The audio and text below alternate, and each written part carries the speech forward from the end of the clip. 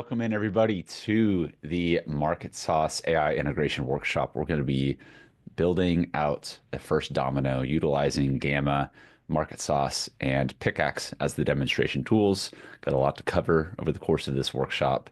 And so we're going to start letting people in. Excited to get things going, filming this live, and tuning in with members of our Gen AI University. Good to see you, Steve, Yolanda. First ones to tune in with us here. Hope you guys are doing well. Give people a few minutes to jump in with us before we kick things off in this workshop. Looking forward to seeing what everyone's up to in the world of AI and what you're looking to build for your own business and your own first dominoes and get out of this workshop.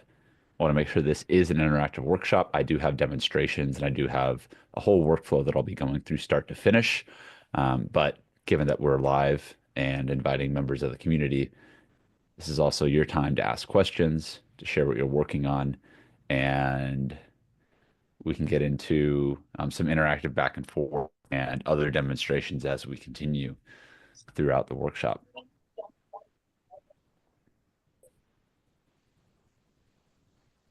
Yeah, good to see you, Yolanda. I am having a great day. I hope you are as well. It was a very rainy, foggy day earlier here in Austin. Clearing up, a little bit of sun. Now, Steve sees so many opportunities how to pick the one thing to focus on. Well, hopefully this will help with some clarity on that as well throughout this workshop. Good to see you, Mark, as always. Absolutely. Good to see you, and Omar, of course. I've got coffee Steve. brewing. I gotta go get it. All right, yeah. Get that caffeine. We got a lot to cover here. Make sure you guys are caffeinated, are energized, and are locked in through this afternoon. To keep this workshop closed exclusively for the live filming of it for just our community members, to make sure that you guys do, like I mentioned, have the floor for sharing what you're working on. And as we go through some demonstrations here, just making sure that we're addressing all the questions as we go through. We won't have the answers to every question, of course, but we'll do my best to help facilitate and provide answers where I can. Assad, great to see you. Rosie, great to see you. Hope everyone is having a good start to the year coming off of the holidays. And can't believe it's already the end of January, but seems like things just keep speeding up in the world of AI. Staying busy, Mark. You like That that? coffee, yeah, that's good. I love if everyone could start to share, just so I can kind of see in the chat room. Let me know one is this workshop for context, just to clarify for those that are coming through here. We're talking about first dominoes and actually developing a first domino. And this is a first domino that while like on one end there may be like a freebie that you give away a checklist. We're not talking about freebies here. We're going to be thinking through what is something you can sell that might cost anywhere from 50 to $500 to the 80/20 of your clients, the best clients that you want to work with more. Who is that person? Can you paint a picture in your mind of someone you've already worked with that if you could replicate them 5 times, 10 times, 20 times, 100 times, and you want more of those clients, like who is that person? We want to create a product that's going to act as the catalyst to sell to that client and then lead them into additional products and services that you'll be doing at a higher ticket level. So, say you're a marketing consultant and you sell a $5,000 marketing package. Well, there's a lot of marketing consultants out there, and there's a lot of very broad ways that you can address the market and say, I offer marketing services. But let's take Mark, for example, independent. How do you say the Independent I Educational Consultant, IEC. yeah, IEC, right? It's very that's a specific niche compared to like a marketing consultant for nursing homes, right? Well, of the clients that you work with as an independent education consultant, of those consultants, is there like an 80/20 like split segment of that list that is actually like your favorite clients to work with, that when they work with you, they do pay you the most and you want to work with them more. They're the highest value clients that you work with most often. Like whatever your client base is right now, I want you guys to start getting that in the back of your mind while we're going through this and think through who exactly that is, because we don't want to go broad with this workshop and who we're talking to. We want to go super, super specific. And as many of you know who have gone through our market sauce method workshops and understanding who you're talking to in the first place, so important to make sure I mute you guys just so I don't get distracted while I'm talking. Um, who do you want to work with more? And let's not recreate the like it's not like reinvent the wheel here. Let's just get really specific and clear on the segment that we want to be serving. If we can do it once, we can do it again. But we don't want to be creating campaigns for people that don't have that they're not even a good fit for us to come in and work with us inside of our business, right? So the whole process that we're going to be walking through here is going to go through the workflow kind of start to finish, how we're going to utilize our market sauce, method and approach. And I have our market sauce studio that I'll be sharing with you, which for the purpose of this live demonstration, I've extended the amount of free credits. We are opening this up at a very affordable, low monthly subscription to access all of these resources. But because you guys are here with us live and just through the next few days, I'm going to keep the credit limit a bit over so you guys can test it out. I want your feedback from this. I want to see you guys putting into action and following along and just not having a barrier to subscribing to it right now other than having an account. It will be a paid service. It is. We do have people subscribe to it right now, but just for demonstration, you guys are here, part of the community. I want you guys to have access to it and give it a test and utilize it inside of how we're going to be working through this demonstration alongside Gamma. We're going to be using Gamma for creating the presentation, the landing page for the product that we're going to be developing here.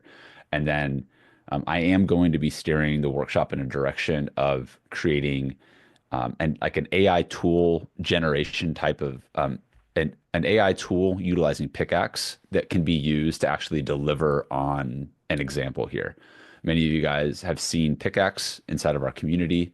And Mike, one of the co-founders, has been on several workshops with us. It's a great tool for getting an MVP out there started very quickly, and it's something that we use for testing a lot of our different GPTs and trainings for what you see in the MarketSauce Studio.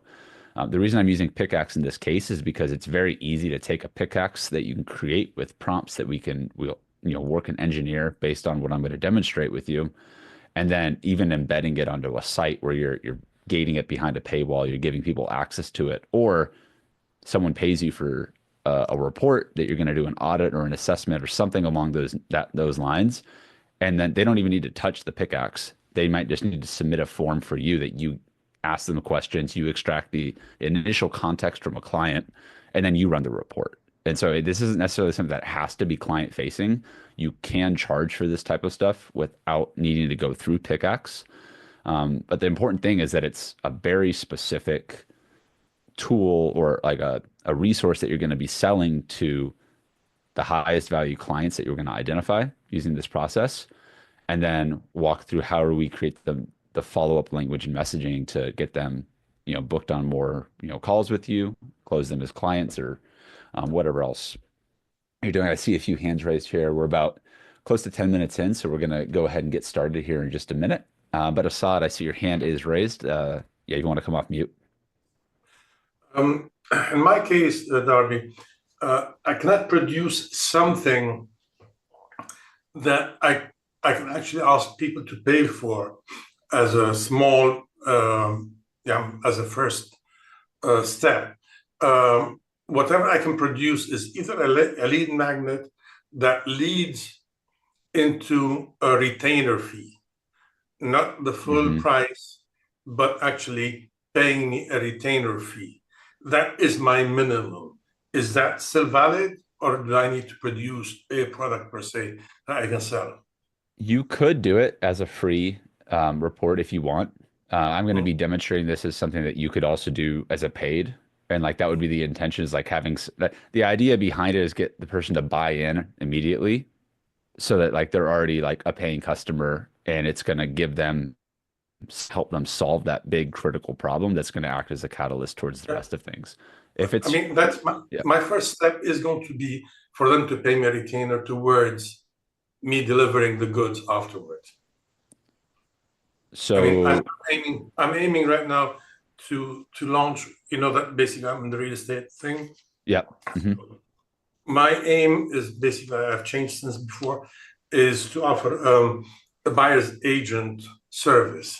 Now, they have to pay me a retainer at the very beginning, and then Hmm. when we deliver at the very end, then we charge for the sale or the buy or the purchase. So my first step is going to be the retainer, but I cannot charge for any information that I'll give them prior to that because it can only be either a lead magnet or authority building or whatever it is.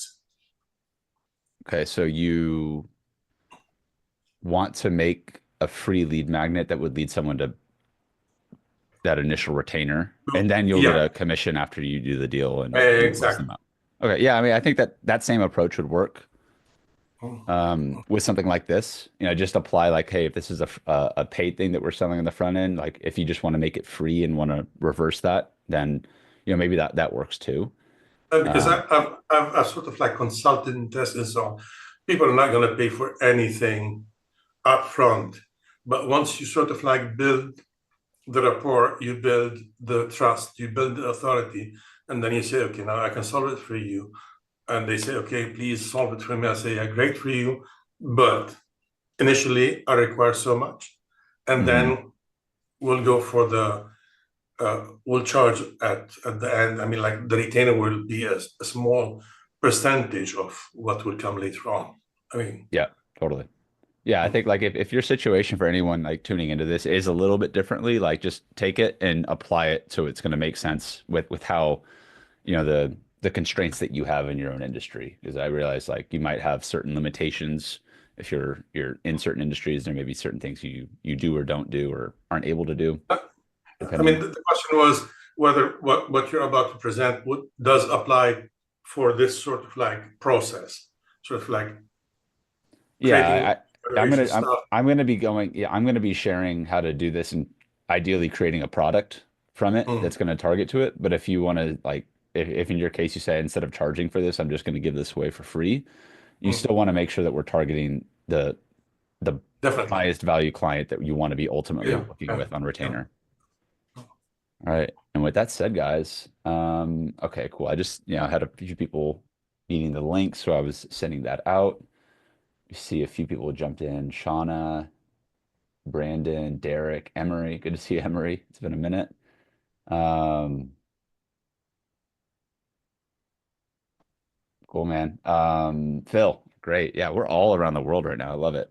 Great to see you guys here tuning in with us live. And those on the recording who can't catch us live, great to see you as well. Please let me know as we're going through this, everyone, if you don't mind here, what is the main product or service that you're selling right now? Just drop it in here. Is it real estate consulting? Is it like educational consulting? Is it like just give me an idea about what you're working on here. I want to kind of see like the landscape of what we're going to be digging into. And I'll be sharing with you guys some of the links as I go through this process. But I'm going to give you an overview also of what we're going to be covering. Um, in a super fancy Gamma document that I put together. Slaved over this for hours, guys. You wouldn't believe it how long it took me to put this presentation together. Um, Obviously, I'm joking because Gamma is awesome and they're one of our sponsors and they're one of the tools we're going to be demonstrating with you guys here today. It's going to help you with your college consulting, sales and marketing strategy, business process, nonprofit consulting, leadership consulting, a lot of consulting in here, real estate consulting. Okay, that's really good to know. Um, and so like, thinking where this all fits into the consultative process, building an online community for women business owners, small business consulting, to grow their reach, dance business management. All right, cool. Thank you guys for sharing. I'm gonna go ahead and give an overview. We'll dive on into things right now about what we're going to be covering here. And then again, this is going to be an interactive workshop. So I'm going to be showing you the workflow. I'm going to be going through it. I might go a little bit faster the first time through. But if there's questions that come up as I'm going through, drop them in the comments. And we'll have plenty of time to get through and kind of review the process and work through some of these prompts as we're filling this out because my goal for you is to be able to walk away with this with actually generating the idea that you can develop into a full first domino, and some of you guys may even come up with the full, Gamma page and the product coming off of this call. We'll see how far we can go. But all that said, this is going to be the MarketSauce First Domino Development Workshop. We're going to help you guys identify and serve your ideal client base more effectively. This workshop is going to be crucial for understanding and targeting the right audience to grow your business.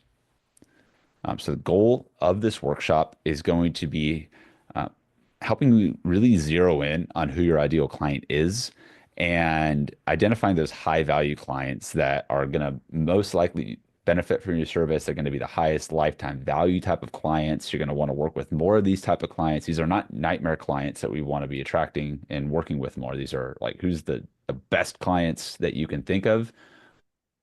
Let's clients as we're going through this workshop, and then crafting a first domino, which is ultimately going to help initiate that catalyst of a chain reaction. It's going to lead to more sales, more conversations, and more engagements with those ideal target clients. And so throughout the course of this workshop, there's going to be a few tools that I'm going to be demonstrating. There is the MarketSauce Studio, which I mentioned. Some of you may have tuned in a little bit after I mentioned it, but it's the studio. Right now, it's currently built in Pickaxe. Eventually, we'll integrate the full studio into a MarketSauce portal. But this is some of the tools that I just have more control over developing and refining the inputs that we're going to be walking through to get some outputs. We're utilizing OpenAI's, I think, 4.0 model in all of our tools right now. And so we're using other large language models that's plugging into. And Pickaxe, it being the tool that we currently have our studio in, is also going to be a tool that I'll be demonstrating how to create what can ultimately help you with delivering, if not all of that first domino deliverable. If you're doing a $50 assessment or an audit of some sort, you might charge $50, $150, $200 or more for. Or if you're doing a full hands-on intensive workshop, there may be other tools and other resources that you want to plug into it. But for demonstration purposes, I'll be showing you how to utilize Pickaxe to create something that can help with facilitating the deliverable on a simple first domino that we'll be walking through the development process there. And then Gamma as well. Gamma being a powerful tool for getting an idea into a beautiful presentation or a website or a document. A lot of different use cases and applications but with just a very minimal amount of tools, and create something that is a product that you can use to act as that first domino to lead to more clients joining your business. If we have time, which we should, we'll want to be demonstrating a little bit about the new ChatGPT Pro operator in action. ChatGPT Pro, the operator is available on their Pro plan, which is currently $200 a month. At some point, I'm sure operator will be available to other plans. It's not going to be the core focus of this workshop. It's still new. There's still a lot to learn about how operator works. But in just my initial testing since it came out and putting together this workshop, if you are using operator, you may find some ways to utilize it inside of this workflow to help you with doing what we're going to be covering here.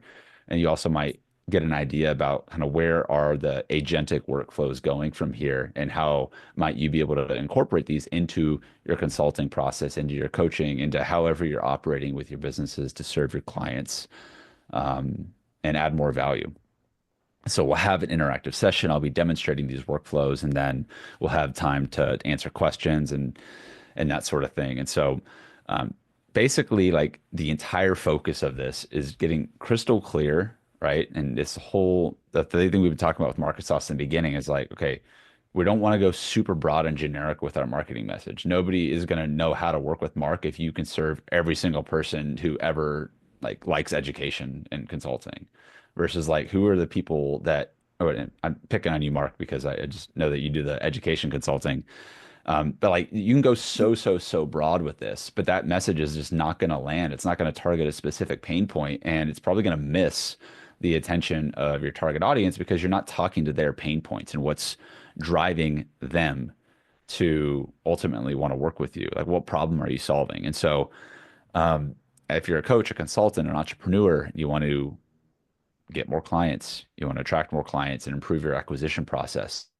Um, this would be a useful tool to have and develop with, and ultimately get more of those 80/20 clients, who are the top highest value clients that you want to work more as you grow your business.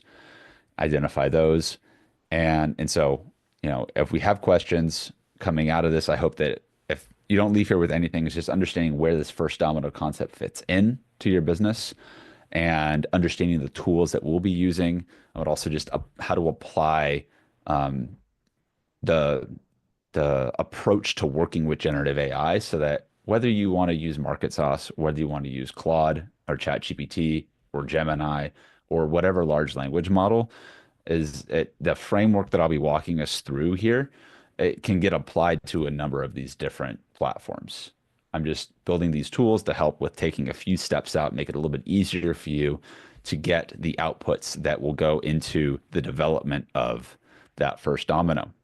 And so once we have a product, our first domino, $50 to $500, and it could even be a free thing that people are opting into, they're buying, they're raising their hand.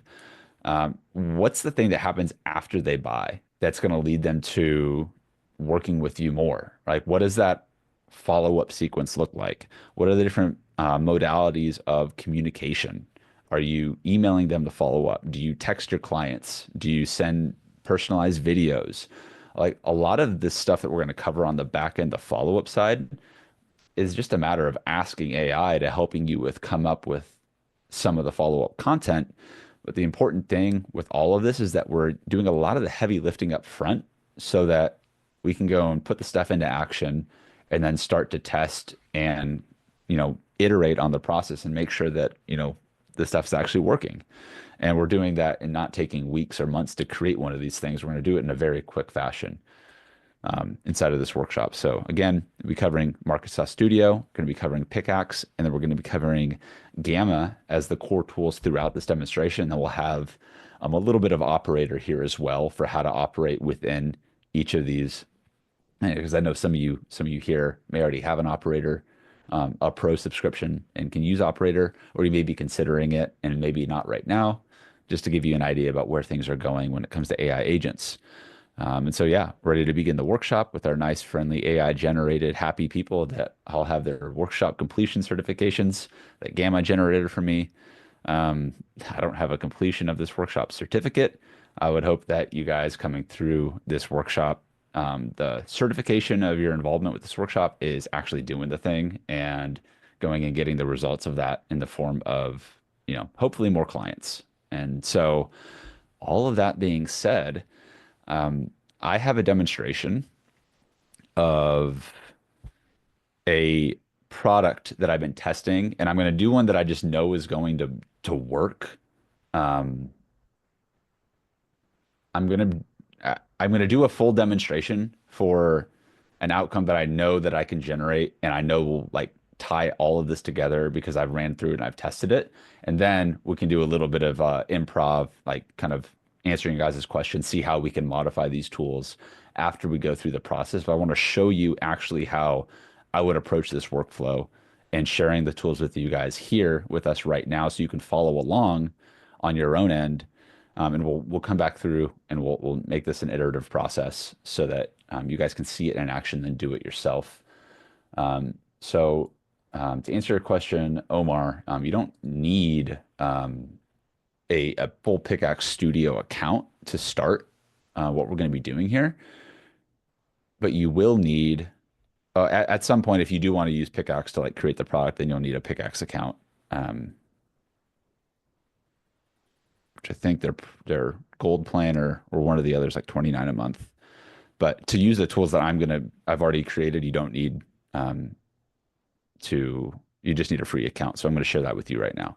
So the first tool that I'm going to share with you guys right now is the MarketSauce Studio. And I'm starting here, and I'm not starting in our MarketSauce portal just yet because we're just going to go through the I think like the most simplified version of this before investing in building out a full buyer's blueprint, like an entire comprehensive buyer's blueprint with the portal. We're going to start with some of these tools to get you going very fast right away.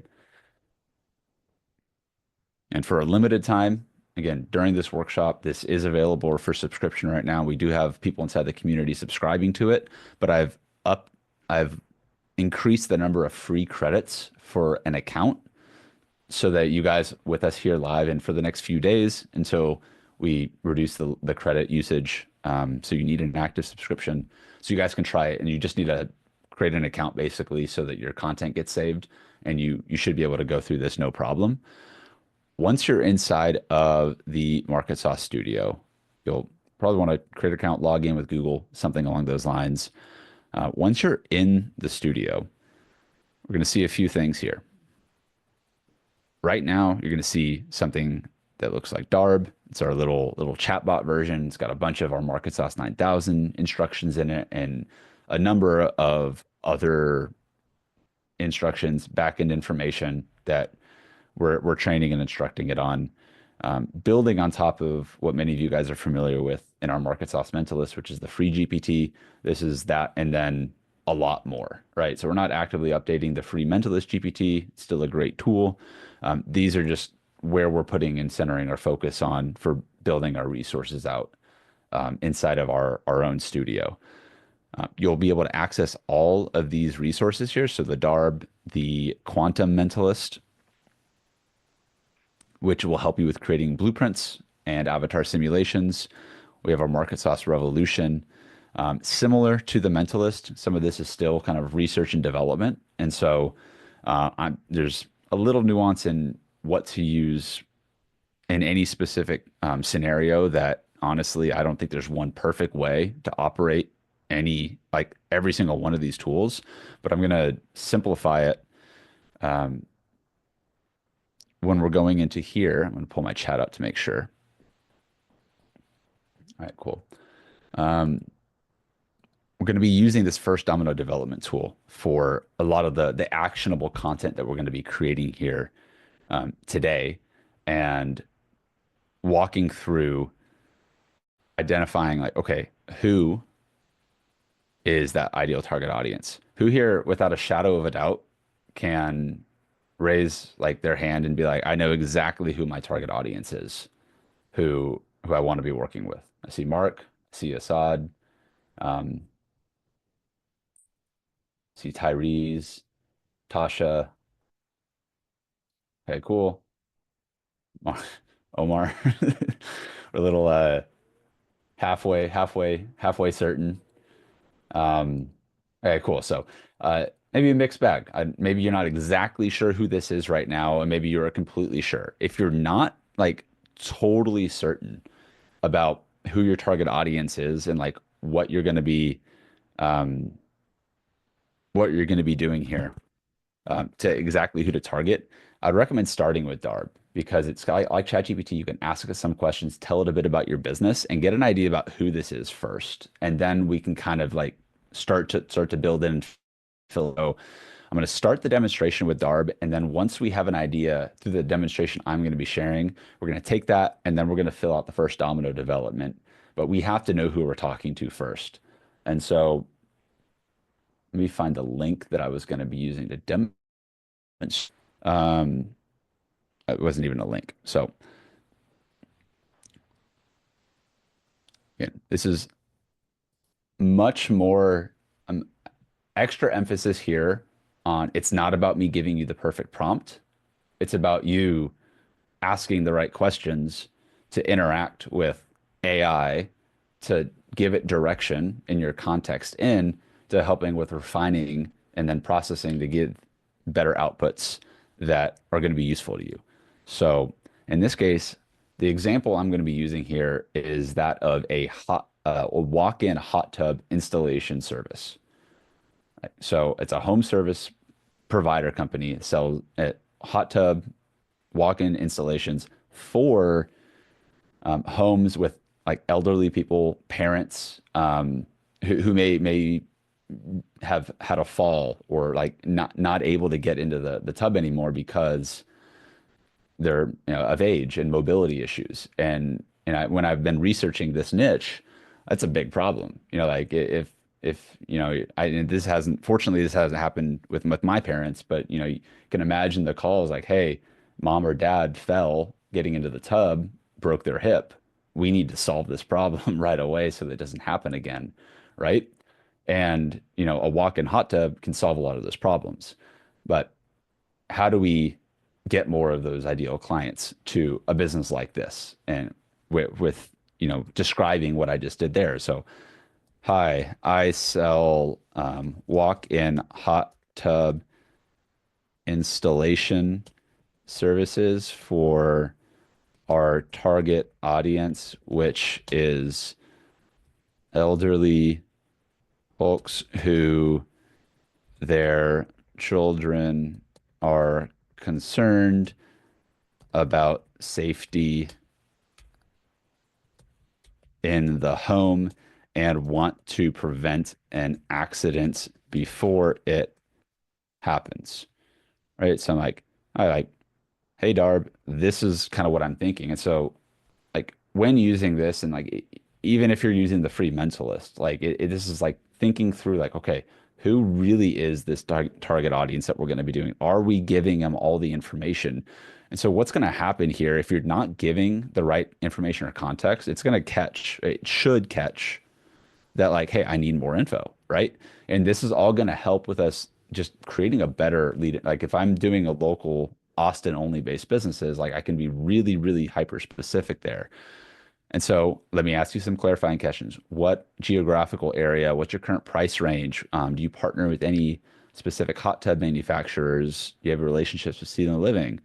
Right? From what you've shared, I can already see two target markets, right? Decision makers or the end user, the parents. If I only had to choose one here, like this is up to me, right? Like and who I'm going to choose and identify as who I want to be working with here.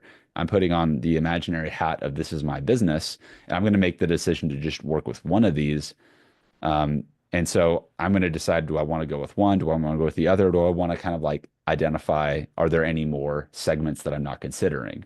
Right. So I'm going to say like, we serve the local Austin area and surrounding areas, um, and our um, best customers are actually the children who are, grown up and um, typically, uh, you know, married and have enough income to invest in, taking care of their parents and want to make sure their family is safe in their home, right? So just giving a little bit more information, kind of feeding it some more context about who, what I'm doing, um, identifying that's like, cool, thanks for providing the details. So let me break down the strategic approach. Like, cool. Demographic now, adult children age 45 to 65, married, living in Austin, elderly parents, often juggling careers. But then like we got the psychographics, right? Safety conscious, proactive about their parents' well-being. You need the value driven. What are the key pain points? Would you like me to develop, you know, a marketing campaign? Well, partnership opportunities. Well, you can go a lot deeper here. And I would encourage you to like continue to go deeper and deeper into one of these markets. But what I want to do actually now is take this context. I'm going to say, cool, our primary target audience, and say like, oh yeah, like these guys are perfect. Like this is our best customer. They call us. It's an easy sale because it's all about, you know, this is who we serve most if this is my business.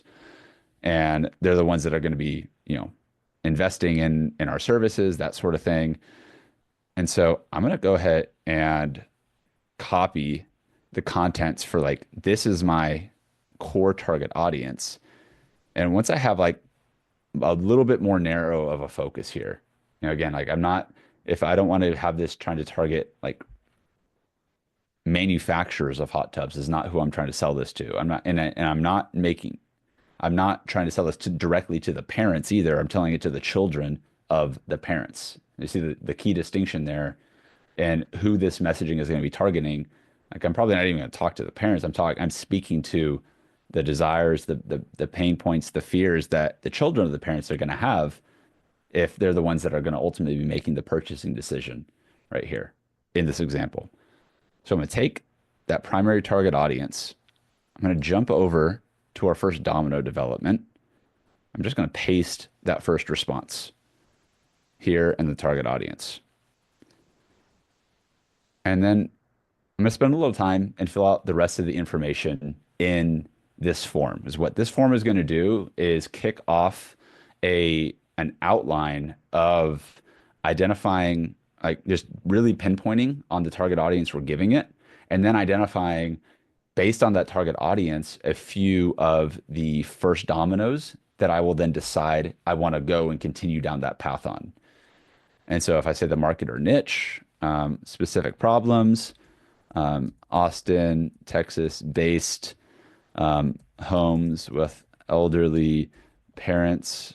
The children are our main buyers who are worried about their parents being, safe at home as they are less mobile and recently had a scare or a fall when getting in the tub, so they want something to prevent that, right? And this part is huge here in this process. It might seem small, easy to jump over, but like do not skip through the user experience of like what does like success look like to you from your clients at real estate or education consulting or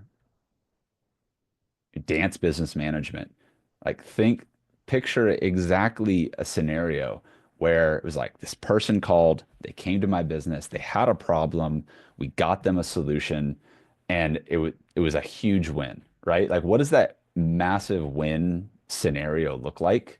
Like we want to give AI that. Like what is like a real world thing that you have done that we can use as context to, kind of reverse engineer like, well, what would a product look like that would help lead to more of those big wins? And so I'll say like a family, a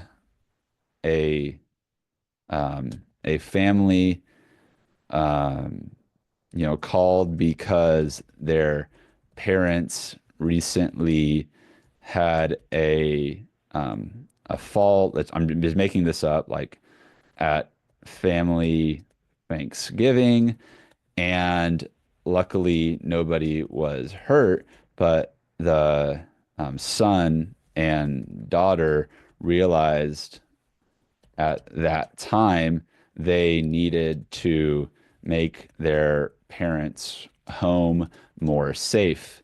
They called us, we had a consultation, and then within 10 days had a completely installed um, walk-in hot tub that, you know, is now making life easier and much more safe for their parents.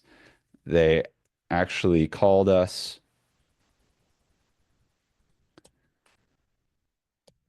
called and left a review on Google about um, how happy they were with the process because it was so easy and now they had peace of mind. It just was a great experience, right? And so like giving it this kind of information is going to be also what's going to help make like your business stand out and being able to replicate that more for the best types of clients. So now we have desired product outcome. What tangible result? A no, so the product outcome is like we will install a fully installed hot tub service, but before we do, we perform a detailed home safety audit to give a 360-degree view of the potential concerns in a home and how to mitigate those from turning into bad situations. Okay. Next one is the industry specific consideration. So are there trends or norms affecting this product? How should be delivered? Let's just say like as the like baby boomer generation gets older and the children have grown up, the children are more concerned now about the health and safety of their parents who are living at home in retirement and want to make sure they are taken care of, um, proactively. Price range. And so this is more like the price range of what an audience's willingness to pay. I think like this is going to be something like, what are you already selling? How much are you selling it for? Let's be realistic with it. Like if you're selling a $10 like app or report and like you're not going to put like, oh, this is like a $20,000 installation service. Um, or maybe it is like I'm just kind of talking through like there's going to be different price points that you have an idea about what is your customer like willing like used to paying for something like this. What are you already selling stuff for? What are like the competitors on the market? Like our services range from, I'm just going to say 5K to 25K. And we sell, let's just say, consultations ranging from 100 to 250 for assessments. Okay. So, and at all this information, my fingers are really crossed here that it doesn't just take this and just delete it. It did happen earlier when I was doing one of these tests. So I hope that this all goes smoothly once I click submit here, and it looks like it will be. So now what it's doing is it's starting to generate the report with all of this context that I just provided here on the first place. I'm not going to scroll down right now until it gets a little bit closer to done because it can be a little odd here. So now we're diving into it. Now we're going deeper down on this rabbit hole. Like start by defining the objectives, right? Create an offer, solve a specific problem, the safety concerns, tangible results, provide a service not only identifies potential safety hazards, but offers a comprehensive solution, such as installing the walk-in hot tubs, leads to higher ticket offers. So this offers a stepping stone to upsell the more extensive home services. You'll probably see when you're running through this whole workflow on your end, similar language maybe, but like it should be applying it towards the context that you've provided into it. And so like first step right here, by following these steps, structured inputs, market sophistication, um, optimizing delivery formats right here. So, okay, once I have this output, I'm going to select information up here. Actually, before I do that, because AI sometimes does AI related stuff and doesn't always follow the exact instructions, try to get it to do it as much as humanly possible. Sometimes it doesn't always follow the right track.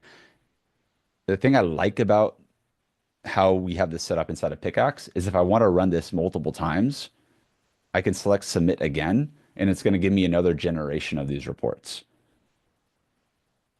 I'm going to reselect this to submit it. You can do this several times on your own end and see how the outputs goes. And I'm going to highlight what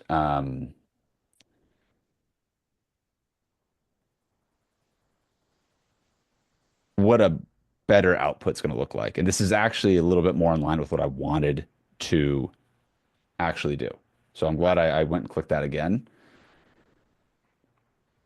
Here's why. Defining the objectives, right? This is the objective of what we're doing here. We want to create this offer 30 to 500 bucks. Have these constraints. We want it to, like tie back in what does success look like? Who's the target audience? Adult children, married, middle, upper class, living in Austin, Texas. Market a niche. Like taking this information we gave it, synthesizing it down. User experience. And so this is what we put in. Like we're experiencing conducting home safety audits, installing safety equipment. Desired outcome, offer a fully installed hot tub service following a detailed safety audit, providing a comprehensive view of home safety and actionable insights. And then we have a market sophistication category here. Now, this is like, is someone completely unaware of like even the problem that they have right here? And it's the first time they heard it. Like by, maybe like call the parents like, hey, have you like been concerned about like your parents' safety at home or anything? I'm like, oh, hadn't even thought about it. Never even would have considered a walk-in hot tub before. A less sophisticated market versus someone that maybe their parents just had a fall and they're like, oh yeah, like something needs to happen here so my parents are more safe. Like they're going to be a little bit more aware of um of like that there's a problem with the safety, but maybe they don't know all of the solutions here. And so how do we help kind of bridge and like address them with where they're at in their own market sophistication? And so the recommendation based on the information I provided here is providing a resource to increase the understanding while offering tangible safety solutions. And the reasoning behind that, audience is aware, looking for something reliable, an efficient solution, might, value expert advice. And so step 4 here, generating the sellable first domino recommendation. And so this is really where you want to be focusing on, assuming all the other information is on track and tracks with you as the owner, expert, and consultant in this case. Well, we don't want to create 3 right now. I just want to create 1. And so I have 3 options here that it's recommending. Recommendation 1, a home safety audit package. So pain point, the fear of parents falling, and home safety concerns. Effectiveness, providing a comprehensive assessment and peace of mind. Format, in-person or virtual audit with a detailed report, and then customizable elements based on specific home layout or needs, right? The second one, a webinar series, right? So you have a lack of knowledge, effective, education, educates on proactive measures. There's a format it recommends. You could like technically do all 3 of these, but I'm just going to focus on one. And I would suggest just focusing on one as well on your end. 3, emergency preparedness kit. Concerns about emergency situations, provide essential tools and knowledge for emergencies.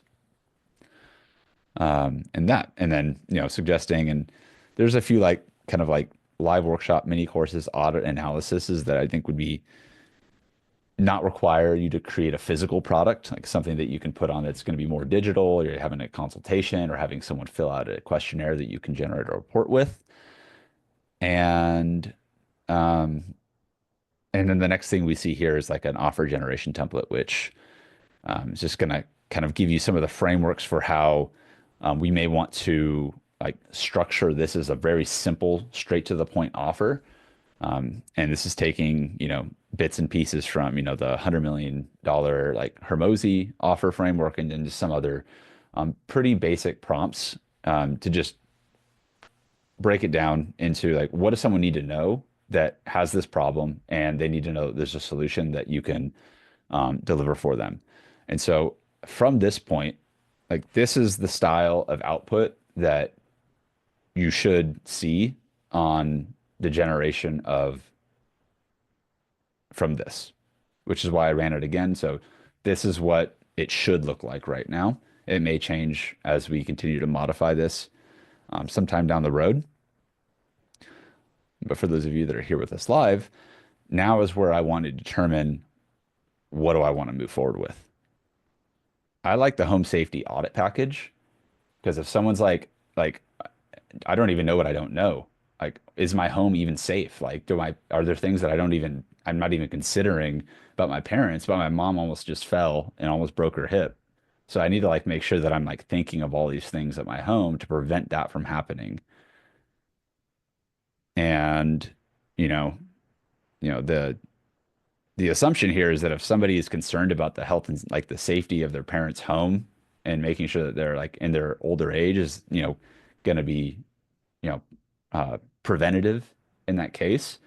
And if they buy an audit of like assessing their home safety on it, well, then like if there's a way to prevent these things from happening by installing a service, then that's a direct like line series of dominoes that would line up from like, oh, yeah, I want the audit. Oh, okay, you just identified these four areas that are like actually really critical that I need to address because this type of tile is actually slippier or this, that, and the other. Like, yeah, oh, cool. Like I will buy more of your services to make sure this doesn't happen. Um, so I'm going to go with recommendation number one.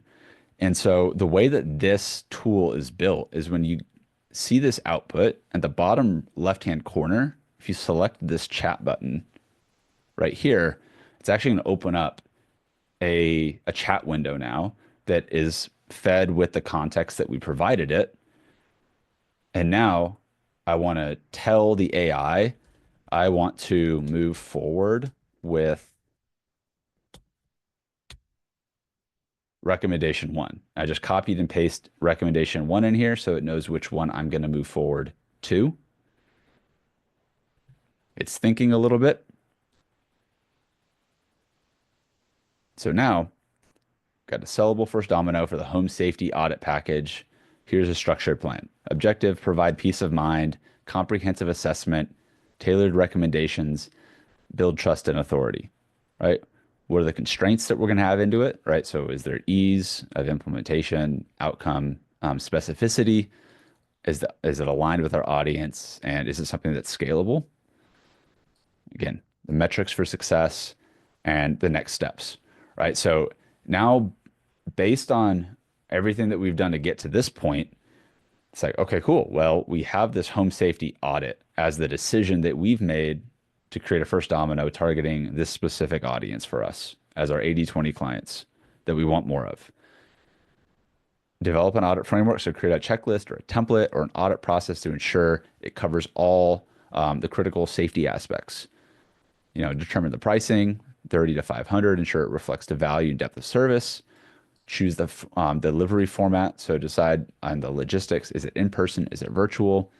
If this is something where like, hey, we have one of our inspectors come into your house, they do a full breakdown of the audit. They take some photos, they make notes, they come back. And then once they're back from the field, we send you a detailed audit report. And then that's kind of like, and I would imagine that would be kind of like your sales piece to lead back to additional services. If you're doing something in person, you could do this virtual too, I'm sure. And then obviously like how you're going to market this and let people know that you offer this sort of audit framework. So following these next steps, you could use this development framework. So I'm going to say like execute the next steps. But like being realistic here, I might say like we have, see if, man, I don't run this business myself, but this could be like, hey, are you concerned about this? Fill out this quick questionnaire. Tell us a bit about your home, this yada yada yada, and our team will review it, and then we'll do an assessment, and then we'll deliver an audit report, and then with actionable insights to it.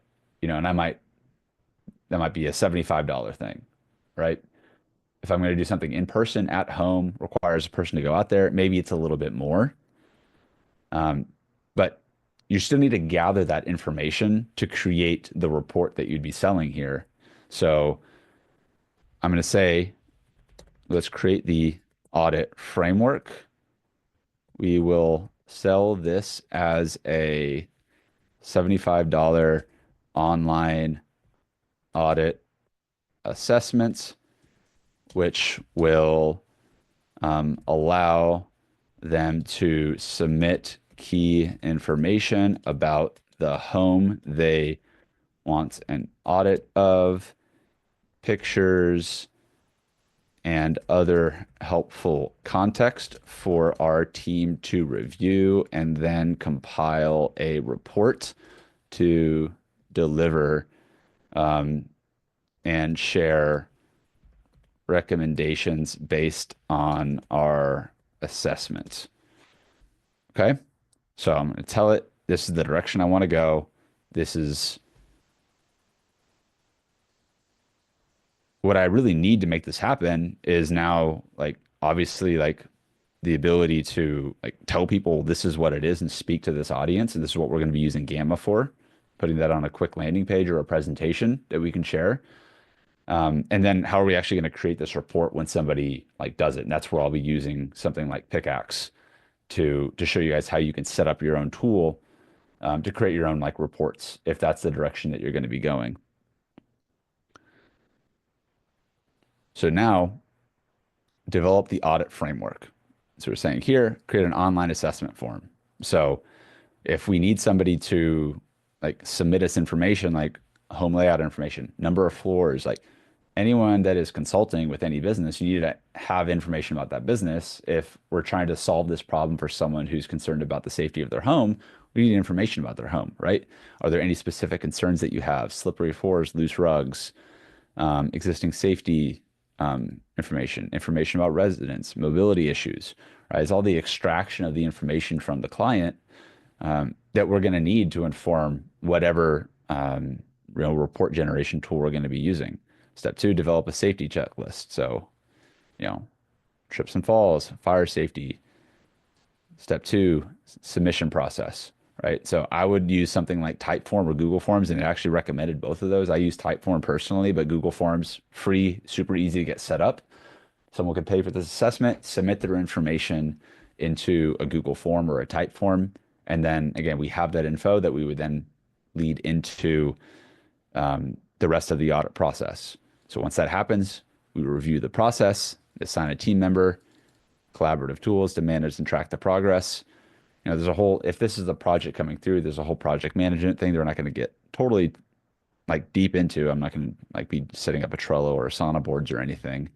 But I'll show when it comes to the Pickaxe tool development, I'll show you guys how to set that tool up to help with processing the information for an audit like this. Then step three, compile and deliver the report.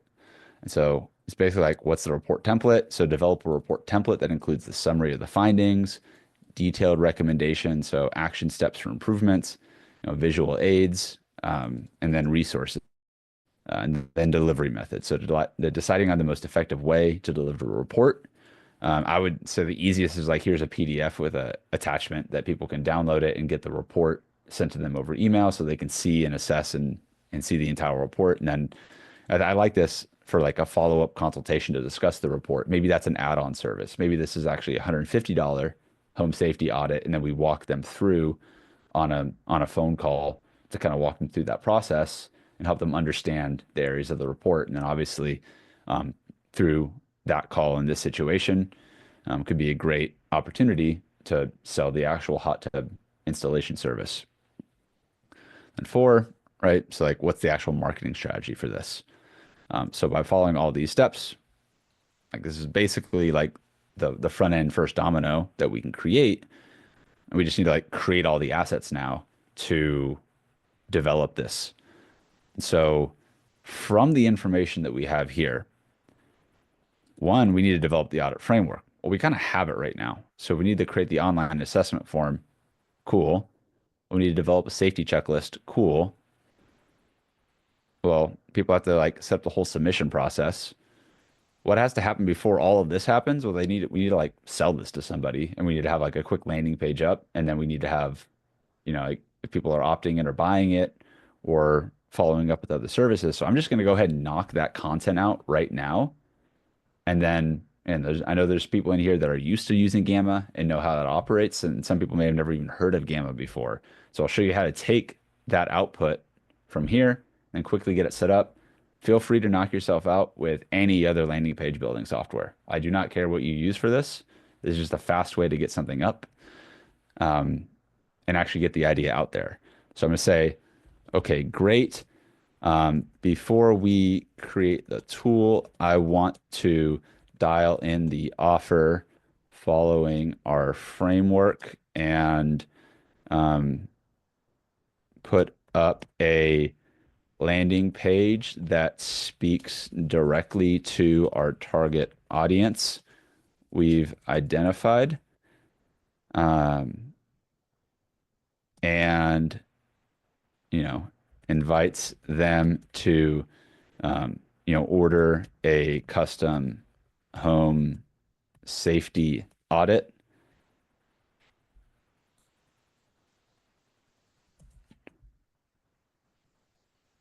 I then want to create all of the follow-up modalities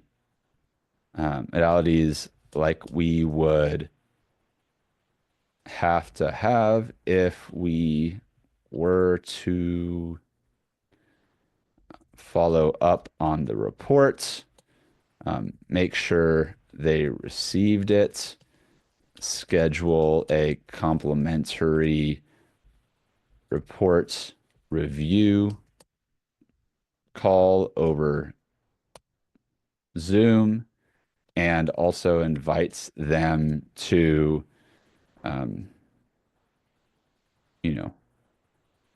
get a special discount on a hot tub installation service.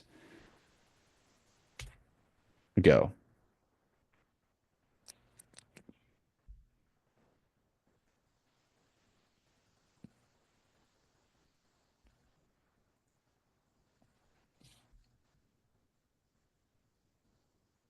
So now, because we told it we want to just lock in the offer. So home safety audit, 75 bucks, includes comprehensive safety assessment, detailed report, complimentary 30-minute follow-up, special discount on a hot tub installation service. Expert insights, peace of mind, added value, creating a landing page. So now here we got step two, that we know what the offer is. Okay, now step two, landing page. Ensure your loved ones are safe. Order your custom home audit today. Expert guidance transform your home into a secure and accessible haven.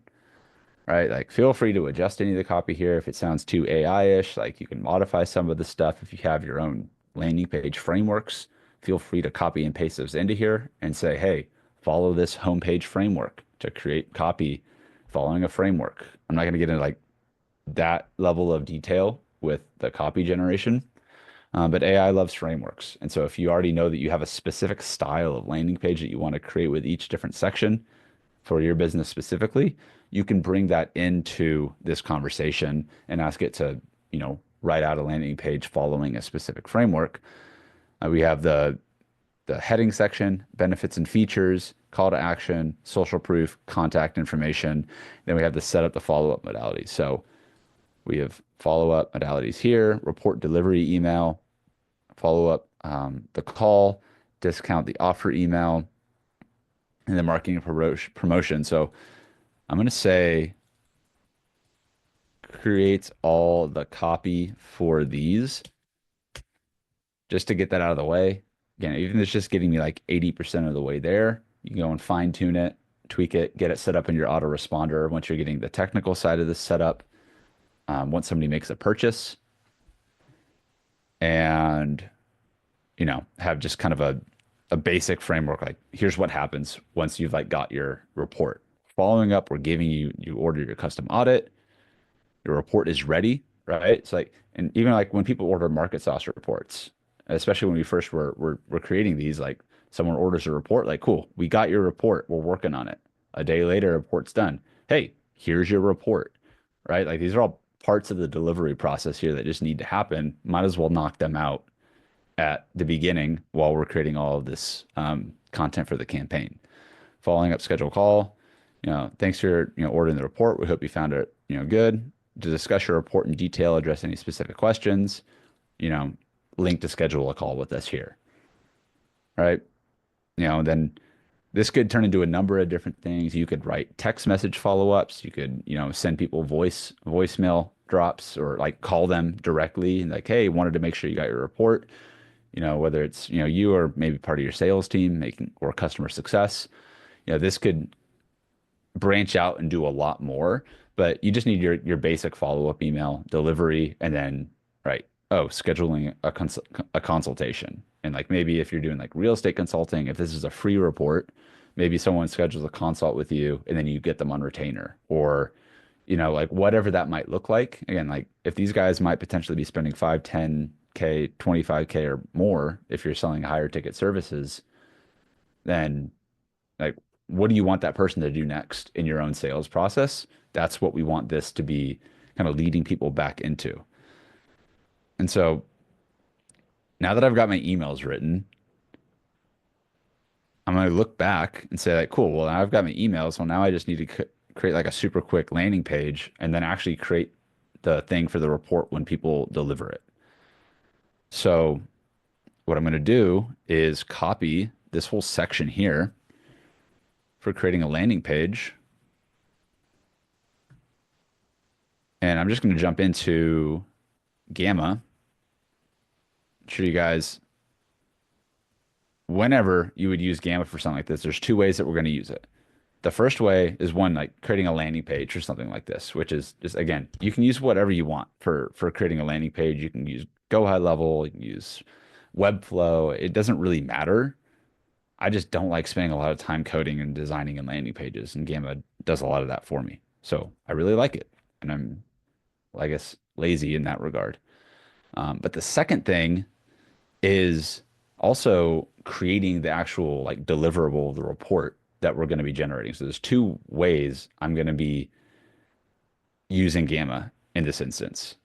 I'm going to show you the first way for the landing page, pretty self-explanatory, and there's a lot of more content that we've done around Gamma for creating and building out content in there like this that I'm happy to point you guys in the direction. We can go deeper into it on this call if we have time.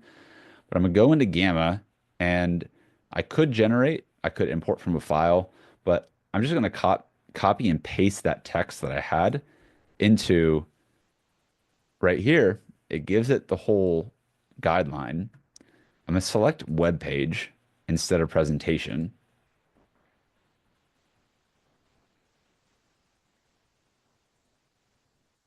And I'm going to click continue.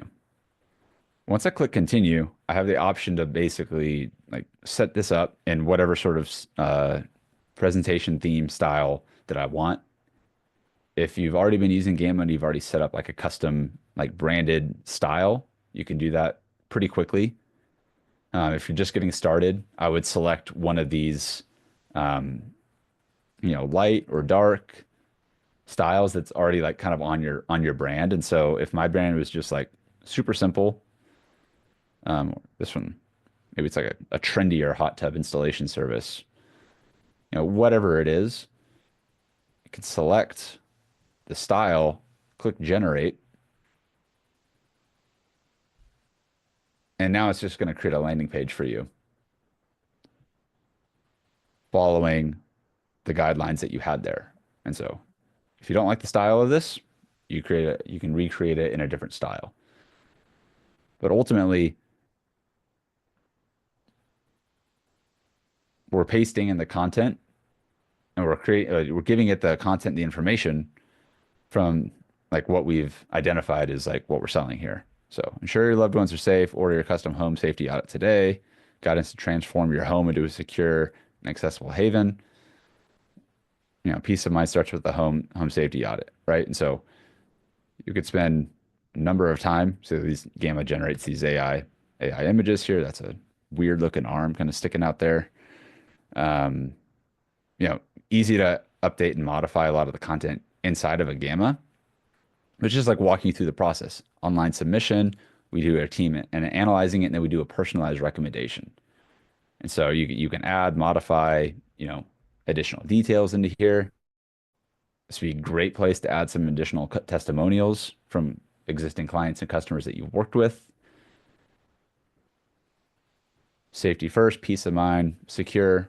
So like invest in your home security today, right? And maybe I want this language to be like, hey, invest in the home of your parents' home's security or safety or otherwise. And if I want to kind of refine this and make sure some of the language is speaking directly to that person, obviously I'm going to do that before I send it out.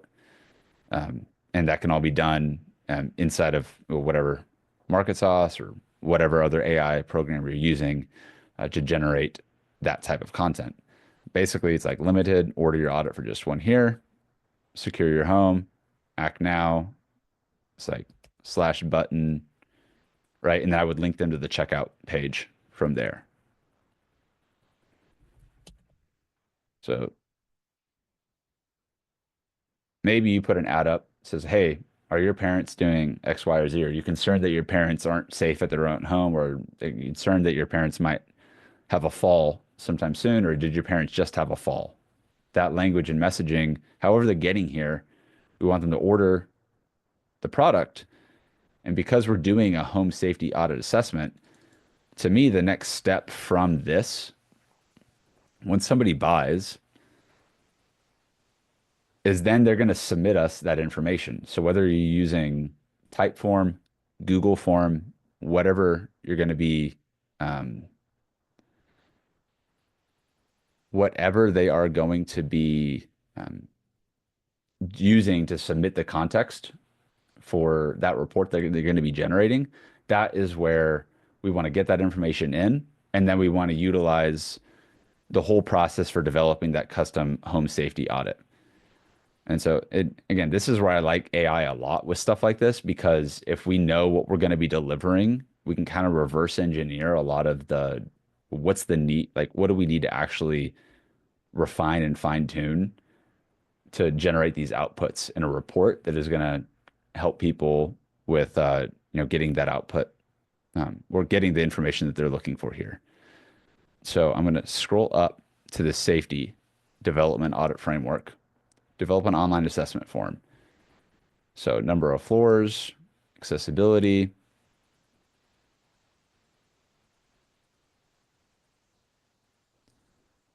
I'm going to copy this. I'm going to say now I want to create, this is the language I'm going to use. Feel free to use it or change it however however you're going through this process.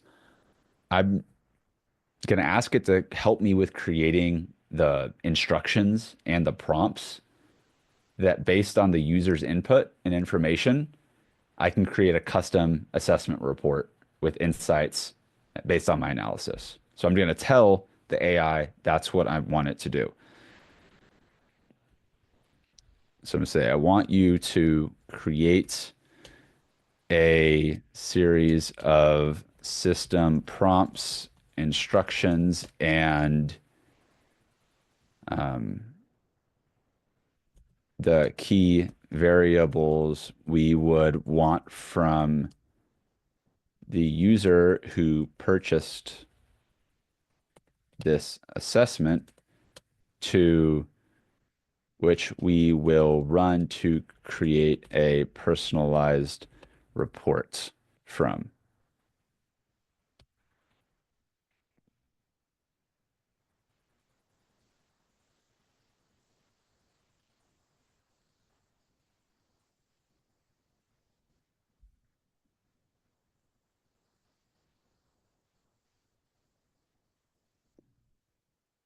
Using AI right now to helping me with coming up with basically like the prompts and the instructions that I would use to, based on the user's input,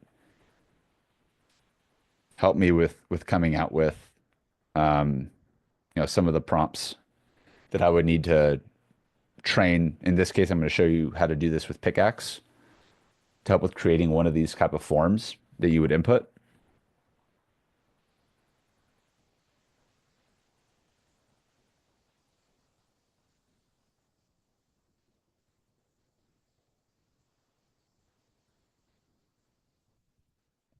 Can you simplify this to provide the core questions we would ask the user in a form.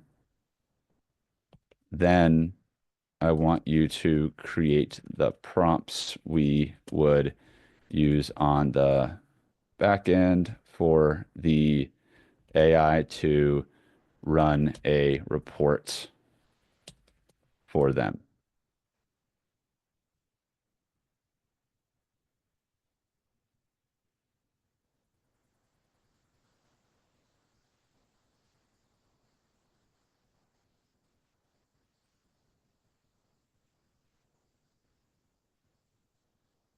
So this is the direction that I would want this to go to be able to set it up in Pickaxe very quickly.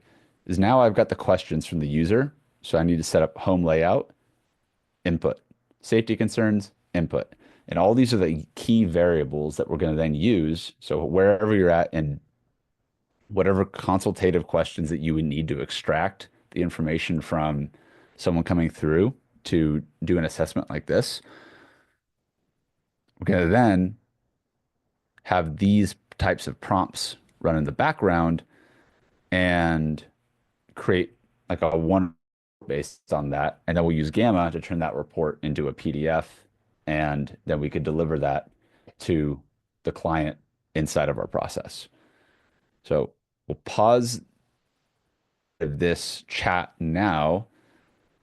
And from here, once I know the inputs that I need, and then the inputs that I need from the customer first and foremost, I can put these in whatever. Like you could put these all directly inside of a Pickaxe and generate it like yourself. You could put these in a Google form and then copy and paste those questions into the the Pickaxe or the AI system that we're going to be using to generate the actual outputs. And so I'm not going to set up a Google form or a type form. I'm going to show there's just how you would do this inside of a Pickaxe. And I know many people, especially consultants that are already doing like client intake calls, or maybe you're doing like a $500 assessment or something along those lines. You can get a lot of this information inside of an interview with a client. So, depending on what you're selling, you may have an intake call that you just want to take that transcript and upload it. And so that's kind of where, just to be aware when we're setting this up inside of Pickaxe, it's like, what is the actual user flow going to look like and how you're extracting this information? If it's a Google form or a type form, great. If you're having them call an AI assistant and having an extraction call with an AI assistant, that's another way to do it to get the transcript, or just have a human on the phone with them and ask them the questions and otherwise, and then create the report from there, which is I know how a lot of marketing consultants do that very thing. So quickly pause before we move into the actual Pickaxe development and take a second to check in on the chat. And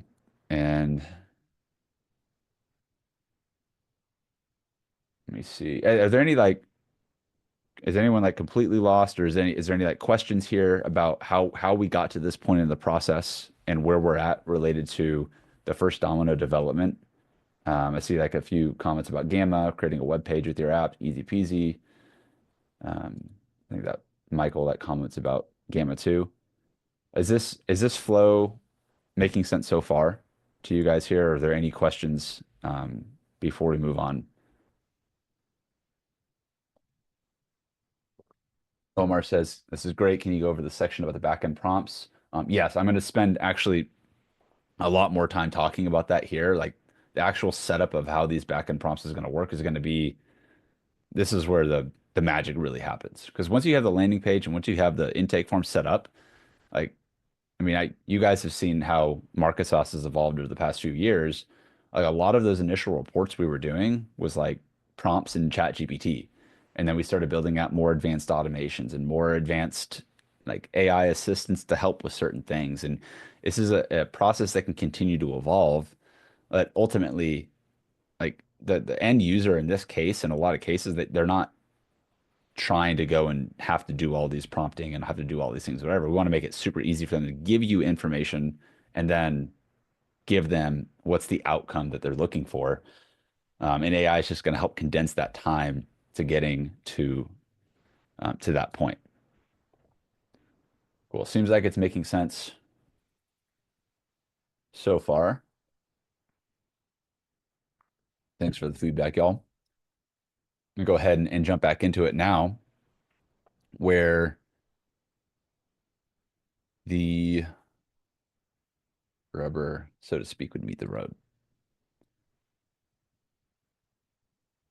So right now, I'm inside of Pickaxe. You can see I've got a few studios in this account, and then these are different pickaxes, which would be different tools that I've created.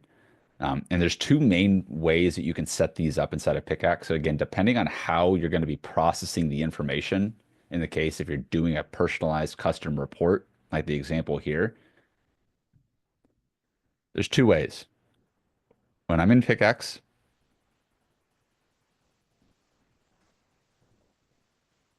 I click Create Pickaxe. I don't really use the automatic AI builder. I just haven't really played around with it much. I usually go straight to a form or a chat. The Darb example that you guys saw at the beginning of like when I was showing the MarketSauce Studio is a chat form. So it's like ChatGPT, like Claude, it can like okay, chat interface, stuff's happening on the back end of it. The form was what you saw with the first Domino development. And so I set up a series of questions and instructions right there. Um, you can charge for access to Pickaxe like we're doing inside of our studio, or you can embed these into your own platform and portal, or just use these as your own internal resource for processing and creating these deliverables for clients. So for the purpose of what we're doing here, I'm going to go to form. Once I'm in form, just to give you a lay of the land inside of like this particular studio, um, I have my prompt section, which is going to give me two things. It's the role of what my AI assistant in this case is going to be doing, and then the prompt frame. And this prompt frame is what these backend AI prompts are going to be for generating it. So if I'd like know every single time I want these reports, I'm getting this type of input, and then I need to generate all of these outputs, how detailed and how structured this frame is going to be is going to that this is where you want to put that so that you can consistently get the outputs in a certain structure, but because of the variables that we're taking into account, it'll customize it for each individual report. We could select the language that not the language, the large language model to use. You got Llama, Claude, Mistral, and GPT, ChatGPT, OpenAI. And so like I'm gonna just use the 4.0 is usually the one I start with when I'm testing, but you can use, Claude, Opus, Smartest, and feel free to play around with them and test this is really like if we're gonna do all this time to spend to getting to this point, like this is where the money is really made, and being able to like dial this in so that either you or you can enable your team to get these outputs where even if this report manually might have taken like someone an hour to do, we're trying to condense that time down so that we can still deliver the value. We're just leveraging AI to do it um, smarter. We can allow users to upload files, and we can allow images to generate.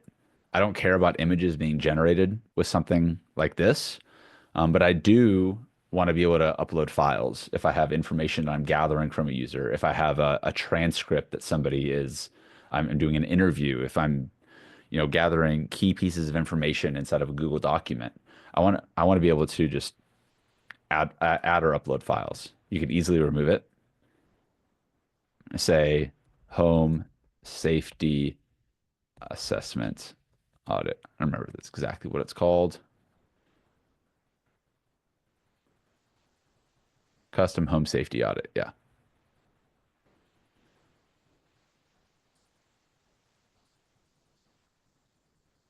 Omar, I see your question. What if I don't have access to MarketSauce? Well, I shared earlier, if you guys go to the studio.marketsauce.ai, like right now, I have bumped the credit usage up for so everyone can use it right now and get in on it.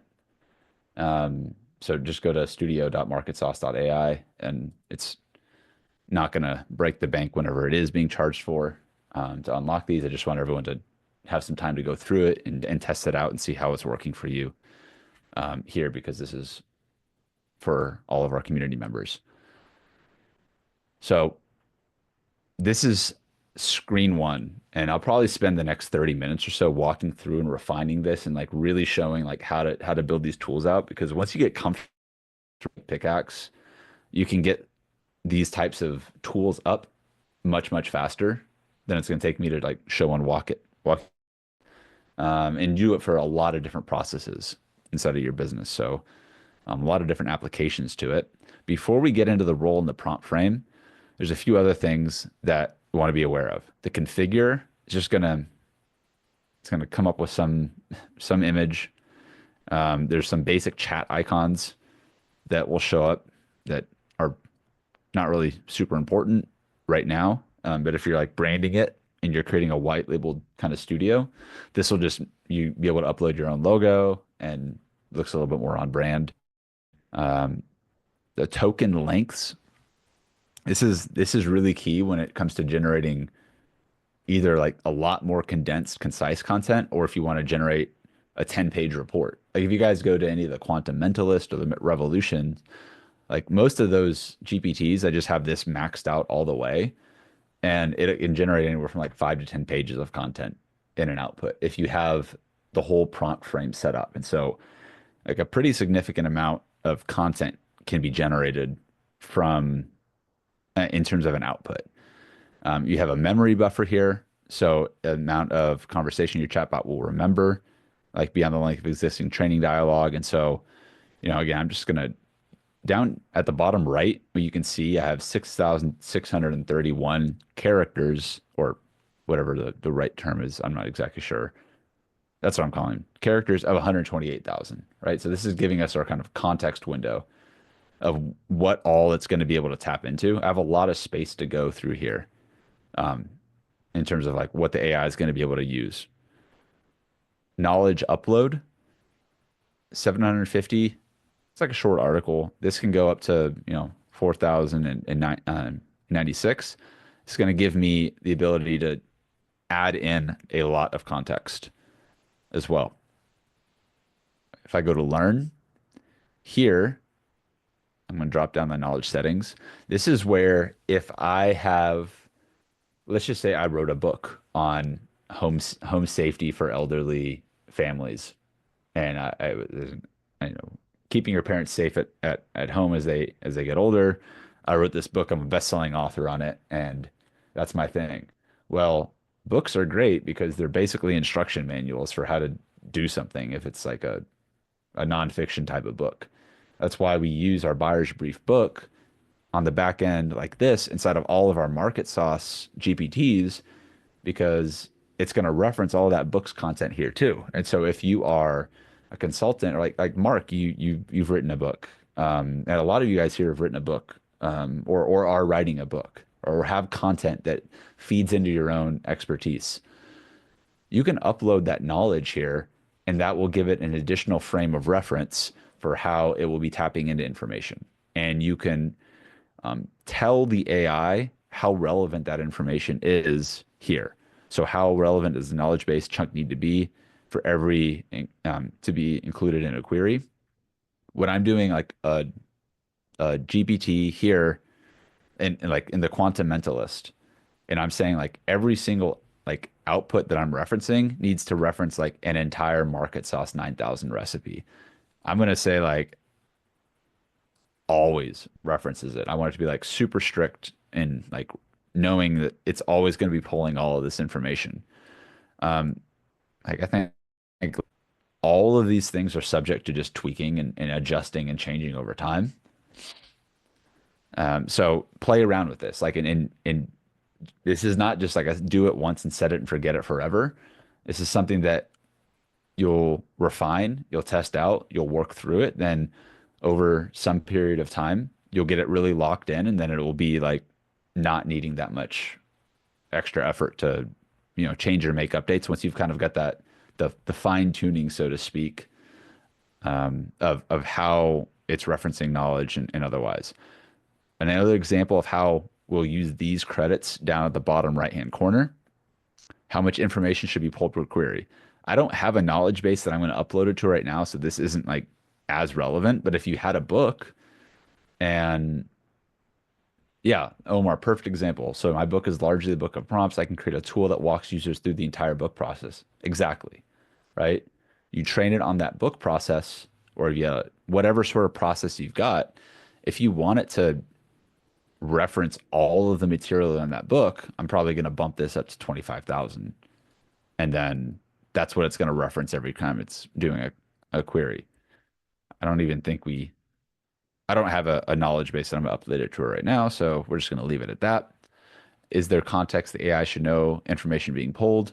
So this is again like kind of like a direct instruction to the AI saying like, hey, when if I had a home safety audit book or a report or an instruction manual that I wanted it to follow as a guideline, I would say here like follow the framework exactly that I have updated, right? A lot of room for testing in this specific case, but also super helpful, even if it was just a matter of adding one file that I always wanted it to reference anytime someone was filling out a report. The last tab up here is Act. I like the Act, um, but basically this is like custom actions that you can get a lot more like tied into to doing other things beyond what I'm going to be showing you in this demonstration. By using plugins to things like Make, you can set up automations with tools like Zapier. They even have an 11 Labs community action, and there's more community actions that other people in the Pickaxe community have made. And you can do like things, but you are limited to three on this account has is not the next plan up, which has I think unlimited actions. Google search. If you wanted to be able to just scan Google and add in search feature, you just click that and it just plugs into Google. Um, PDF generator, another one that may or may not make sense. Something to experiment how that would work with you. But when I've tested this out, you say, hey, generate a PDF based on these outputs, and it'll generate a PDF. They're not like very branded and they're kind of just basic PDF. I would still use those to upload something into a tool like Gamma to make it look nicer. But I do like the send summary email to owner. Also, if I'm doing something where like a client is using a form and intaking something, and I want to know what are people kind of submitting and interacting with my forms. I'm just going to do the Google search one for right now. And there's a lot of things that can be done with this that really require a workshop of their own dedicated to just Pickaxe. Not super important for what we're going to be accomplishing here, which is creating that first domino, the most immediate one. Whenever I click publish, this isn't going to do what I want it to do because I haven't given it the system prompts in the frame. So I'm going to go back to my prompt. And now I'm going to set up my using the content that I've got. So here you see the two things, the core questions for the user form.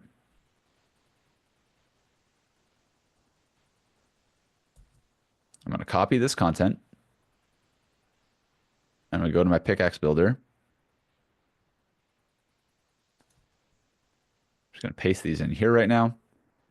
I'm actually going to go one more time to the backend AI prompts for report generation. And I'm going to submit those right here.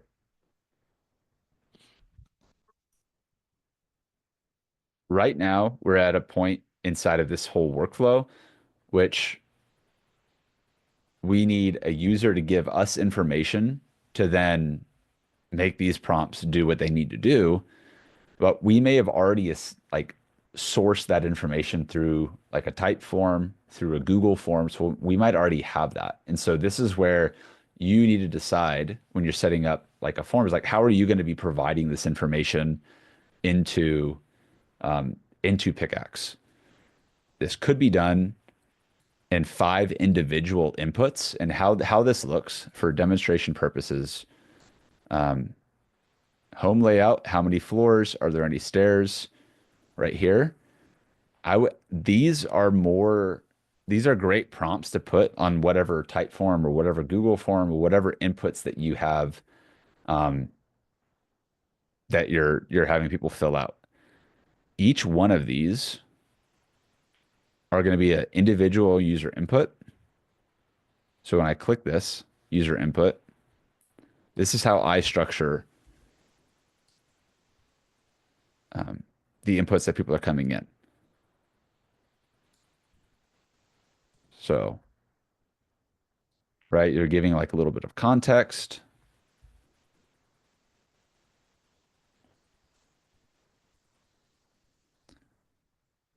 And the reason I'm putting this little blue user input right here is because it's going to just map that to like this is what the context is um,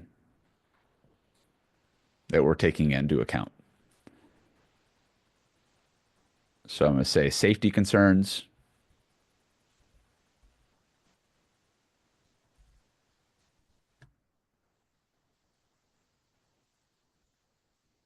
I'm going to add another user input next to the accessibility feature.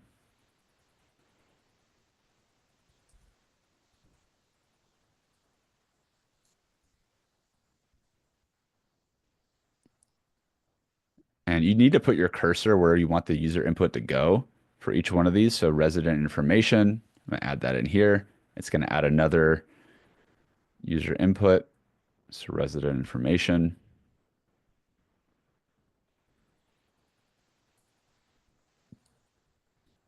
And then one more, like a visual evidence and like leave that one out. So that's basically what the knowledge upload would be.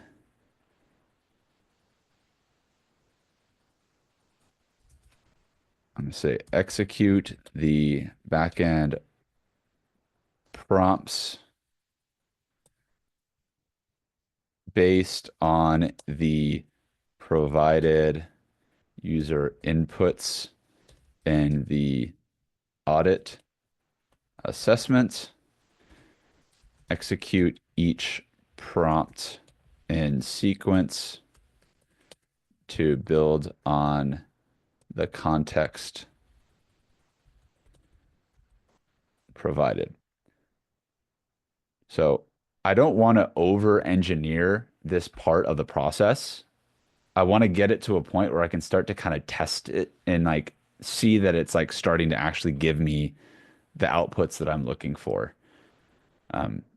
Not that this part isn't important, but you can always come back to this and work and modify it. But I don't, I want to start to kind of make sure that it's at least following this structure. If I need to adjust anything in how I'm setting it up. The second thing I need to just make sure is locked in is the role. And that's something I'm missing here. I have my whole prompt layout, the user inputs, the backend prompts for generation, but I'm missing the role. So I'm going to jump back into MarketSauce. I'm going to say I need a detailed role description for the frame of reference my AI will take when processing the inputs from a client to generate these reports. Please provide a detailed role for me to use. And of course, you could say, like, you are a AI assistant that gives me detailed audit assessment reports. I just like for AI to do some of the initial writing here. So that serve as a virtual safety consultant, primary responsibility, maybe some stuff in here. Mm, okay, it just did a little pause.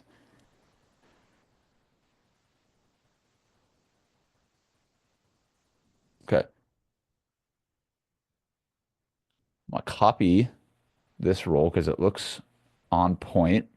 And for those of you who have gone through the market sauce method and the buyer's brief book, think about the very initial instructions inside of that book where it's like you are a market research expert in psychology and yada yada yada before we even get into the blueprint. Like that's the role that we want our AI to be assuming here as we are going to start building this out.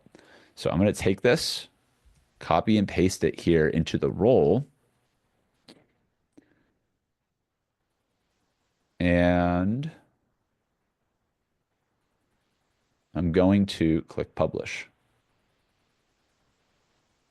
So now we can see this is how the basic form is set up right here. I want to start running some tests. And rather than burn a bunch of mental calories trying to fill these out, usually AI is good at helping with coming up with like variables and scenarios that I can use to test this out, just to get it going right out the gate. Can you act like a user who is filling out the questions and provide an example intake form submission we can use for testing? Use um, a uh, house in Westlake Hills as the example.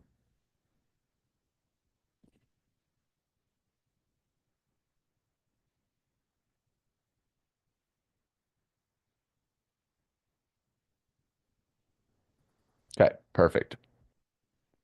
So basically, like for testing purposes, this is what someone buys a report from me, a $75 whatever audit for the home safety thing. Say, cool, great, thank you so much. Please fill out this information, provide it for me. So assuming they've done that, great, we've got all your information. Give us a day and we'll turn this around. We'll do the assessment. And so I'm just getting this to test it out and see like, is this the type of information that I would want to be using? So basic information, home layout, you see the safety concerns, accessibility. What I'm going to do now is start testing. I'm not going to deploy it yet, but you can add it if you're using it instead of a studio, or you can embed this into a website of any sort of form on your own website. So just, this is where I think Pickaxe is super helpful. And then you could put this on a gated page. You could give this directly to your team to use, or you could have a private studio for generating these reports. I'm going to do preview, and I'm gonna run through an example of what this might look like. So hopping between screens.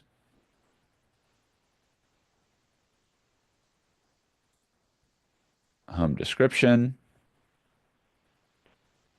Mobility impairment, use of a wheelchair.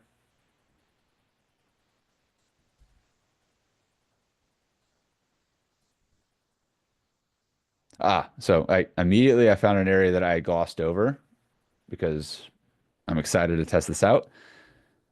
It limits me automatically to 100 characters per input here. Now, I don't want to have those type of limits when I'm getting this information in. So what I need to do for each one of these sections is jump back into my pickaxe, go to configure, and now you see we've added each of these additional fields with the inputs from the client. I can turn each one of these into, let's just say, 1,000.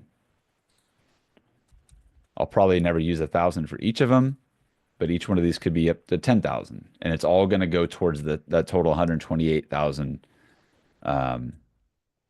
context window as a count. So now that I've got all of those updated, I should be good to start running some of these tests. So I'm going to publish it. I'm going to jump back into a preview and paste that here. I'm going to do the safety concerns. So they said the 10-year-old recently slipped in the bathroom. So I'm going to say, actually, Um, 42-year-old, maybe parents. Let's do this. 62. Okay. Accessibility features.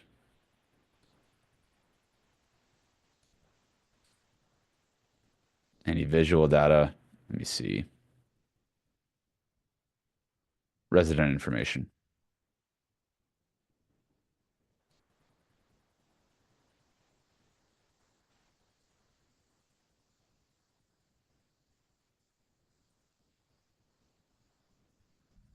Let me see, like, I'm gonna do this actually real quick. Rewrite this to focus an example on the parents being elderly and this being um, preventative safety. Just in line with like the context of this whole demonstration was not is the concern here for this parent is like someone that had a parent that was had an issue being elderly. I have some issues with balance. Is it saying here? Not a 10-year-old with a wheelchair. Like that could be a different like thing. That could still be a thing, but just for the purpose of this demonstration, say residents right here. Okay, cool. Much better. Um, so now I'm just going to readjust these very quickly. And if you're getting this information immediately after someone purchases, instead of say like an email or a type form, intake form, you just copy and paste that into here and fill out this information for context.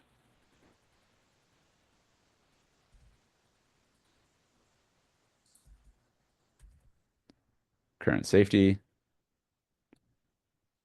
you know,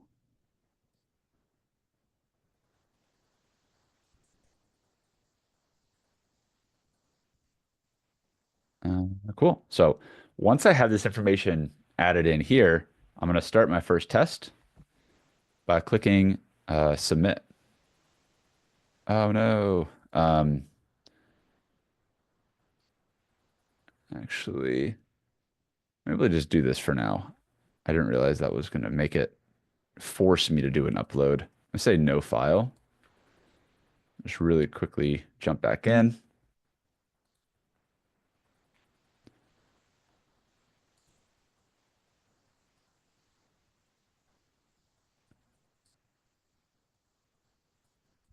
Safety features again, just kind of safety concerns, all the information extracted from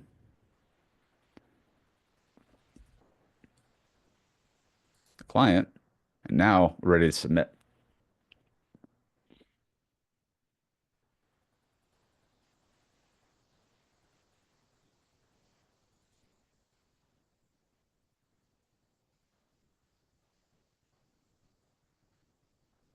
So here is a first example of what we had outputted was the only thing that went wrong there, Omar, before what I did was I had to attach a file as part of the form, and it was requiring me to upload an attachment or a link of some sort. And so I just like for now I'm just like whatever, we don't need it. But that would just be something if you have it on there. And so we have inputs in here, and then output. So safety audit report for Sarah Smith's home, location, residence, square footage, home analysis, absence of multiple floors, risks, beneficial health concerns. And for me, when I'm like thinking through this like a prompt engineer, like so to speak, to like, okay, well, like if I had all this information and I wanted this to include more, what do I need to include in the instructions for the prompt frame to either expand or elaborate or provide more information and context to here? Um, and I can use AI to help me with coming up with those. But like each one of these right here, recommendations, additional grab bars, strategic locations around the home, especially the bathrooms. So like all of, since there was no images, I recommend ensuring all areas mentioned or assessed, visually, immediate, install grab bars in the bathroom to ensure it's non-slip. upgrade lighting, especially the entryways and key rooms. So I might say like, oh, this is a great first start, but I might want to say add some additional reasoning behind it, provide like extra insights as to how they can go about approaching solving these problems. And I mean, I can take this report output in a lot of different directions based on what they've submitted. But to tie everything back together here, if this output, let's say I test it, I refine it, I spend a few more hours tweaking it and making sure that this thing is really dialed in as I'm testing it with the user inputs, I can take these outputs now, you know what I mean? Like, okay, well, you gave us this information. Well, here is, the audit and the assessment. Well, there's a few things that I can do with this. Obviously, we want to deliver to the client. I can turn it into a branded PDF, but one thing that we're going to want the actual end report to do, and then I want to minimize how much time I need to go back and do this again and again and again. When I'm going back to my prompt frame, you can seed in. At the very bottom of it. I'm going to say at the end of every report, um, write a blurb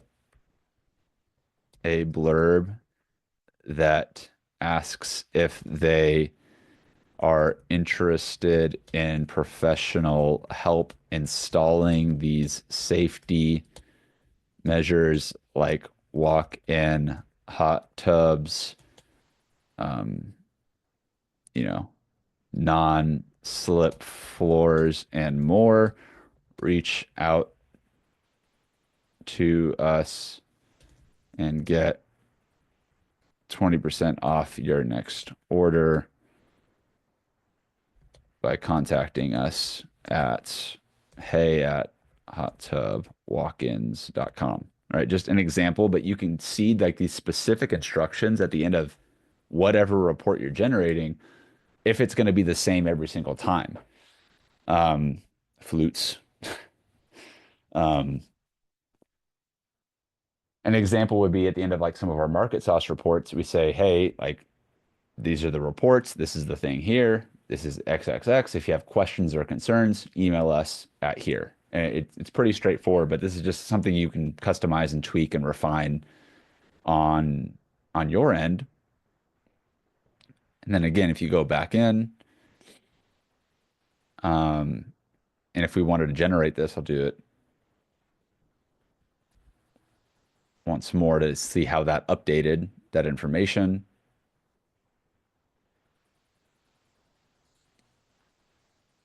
Safety concerns.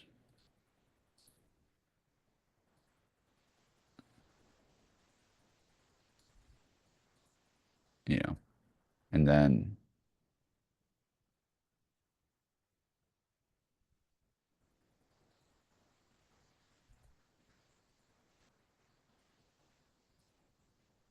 again, depending on the user inputs, I'm already noticing immediately like the outputs on this second generation look a little different. And you guys saw it too from the one I just did. This is not quite at what I would consider to be like totally dialed in for what we need it to do. But I can see like, oh, do I actually like how this is structured and coming out? Like single story, no stairs, your home is this. The safety concern shift to stair related hazards, like right here. I could say like, oh, I like how it's answering these certain things, but let's provide additional instruction for how we want the AI to basically elaborate on any one of these based on their inputs related to, the health and safety of the people that are living in their home. Safety concerns, slippery floors are common issues. Grab bars next to the toilets, extra support. Consider a high contrast non-slip like coating boards. Kitchens are, stored to waist high or shoulder height.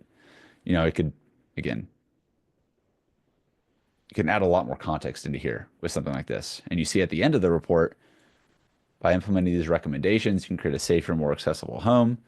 Reach out to us like right here. So let's just assume for demonstration purposes, like this is a solid report and you have somebody that is analyzing it, adding your own additional context and bars and otherwise, this doesn't have to be the final thing that you just sent without any sort of human intervention or editing. But this is a good place for the human in the loop to say, oh, yeah, this looks good. I'm the expert here, or my team is reviewing this. Let's add a little bit more context and clarity. Let's go a little deeper on some things. But if we have this information, we can jump over back again to Gamma and very quickly, when creating a new Gamma, paste that text in. This could just be a document that we're presenting to somebody.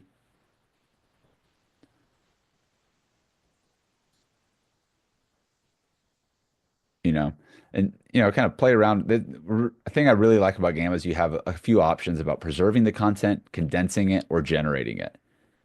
The two ways that I would experiment with this right now is taking just a strictly a preservative, like let's keep the content as it is right now, and it's going to output it, and we have this outputs here. If I generate it, I add more cards, like this is effectively going to be like a content brief that Gamma will take given what the information I'm providing to it, and it could generate a lot more content for me if I wanted it to. All of this is going to be dependent on ultimately the deliverable, but what you're wanting to promise someone. And you also probably don't want to overwhelm somebody with just so much information they don't even know what to do with it. So however this is going to be most useful to people that are buying it, and then leading them into the next set of your offer, the same process that we just did with the landing page. If we wanted to send that report to somebody, I don't remember which one it was in here.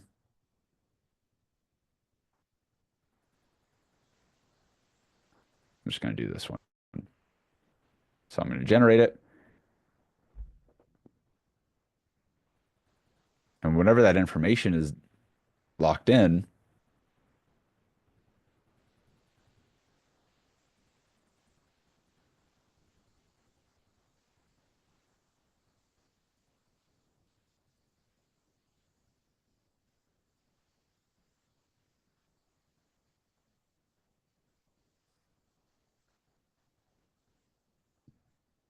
and so it's like providing custom recommendations, install, optimize the kitchen, improve entryway safety. And see, look at that. I even found a picture of a elderly couple with a walk-in hot tub they were using, nice and happy, right? So it's getting you to that point where we have something now that we could modify, make edits on. I'm not going to have my name right there. I could present, also share, and then export this as a PDF. And then this would be where I was like, hey, we got your custom PDF ready, or here's a custom slideshow that we put together.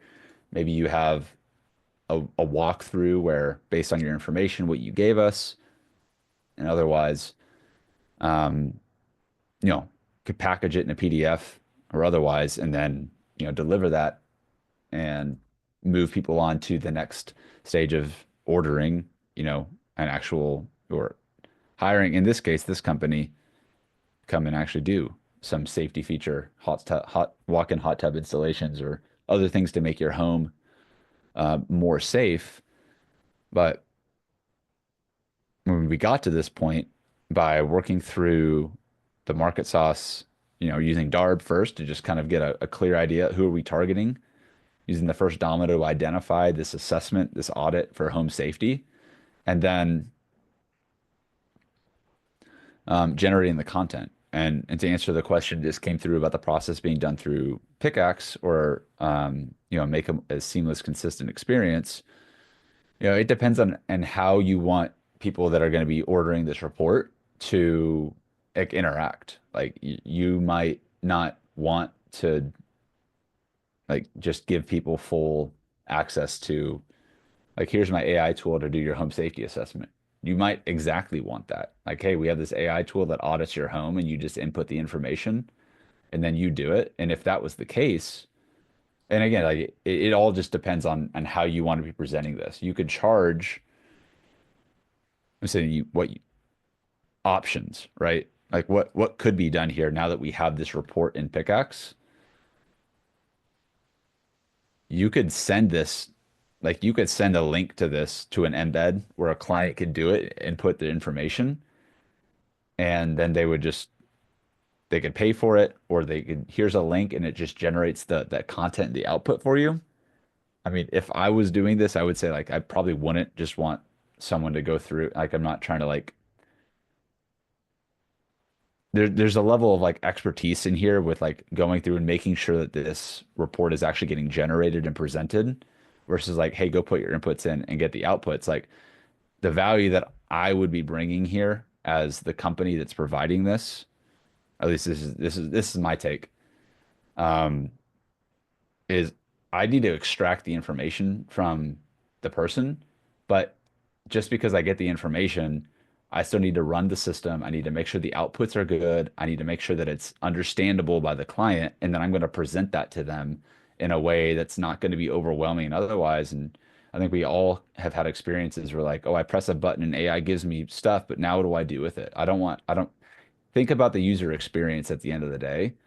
Hey, you just bought this assessment. Great. Answer these three quick questions over email. We'll handle the rest. Our human team is on this. Like, yeah, we use AI tools to help us with assessing and making this a thing, but we've got a process down to make it easily us to do virtual. We just need you to input the information, right?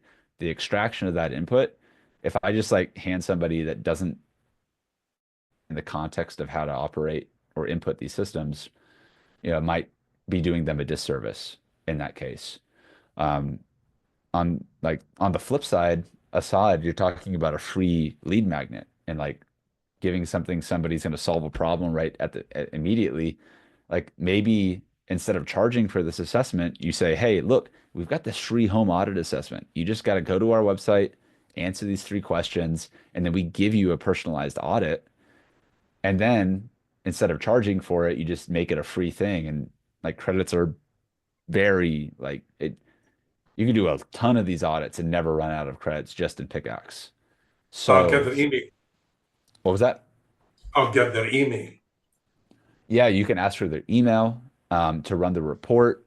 You could, yeah, other information in there, and that is a way that some people do this. And you can do it for free. You can do it paid. You can embed this on a home page or on another page on your website. That hey, look, we have this free audit assessment report. If you want help actually installing all these features, our team is here to support you, right? And so now, like in that instance, you're enabling someone more on that front end, but once you start getting into like having real humans in the loop and like hands-on experience and reviewing and assessing the information, maybe somebody wants to be like, yeah, I'll pay $500 to just like hop on a consultation. My parents have a huge house. You know what I mean? Like depending on the person's situation, you may have a free version of this, or you may have a paid version of this. And you might have a free version that's kind of a light, but then you have like, hey, do you want like actual home assessment experts to come and walk you through, do a virtual tour? That could be, and again, $100 to $500, and someone that's paying for that and paying for that white glove human support. You still use the AI to help with processing and creating based on your assessment, but you still have to like the doctor isn't going to come in and be like, okay, boom, like this is exactly what you need. Like, no, I have questions to ask. I need to know your situation and how you're positioning it to those folks. Um, yeah, I mean, I hopefully, mean, Darby, yeah, considering that right now it's becoming more and more difficult to even get somebody's email and growing a list, even if you just get the email, for me, it's good enough. And then I'll start working on them.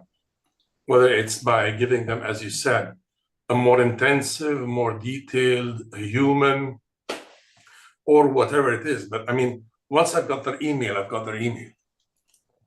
yeah, yeah. So And considering the difficulties in sort of like advertising and getting somebody to click and give you his email, this sort of like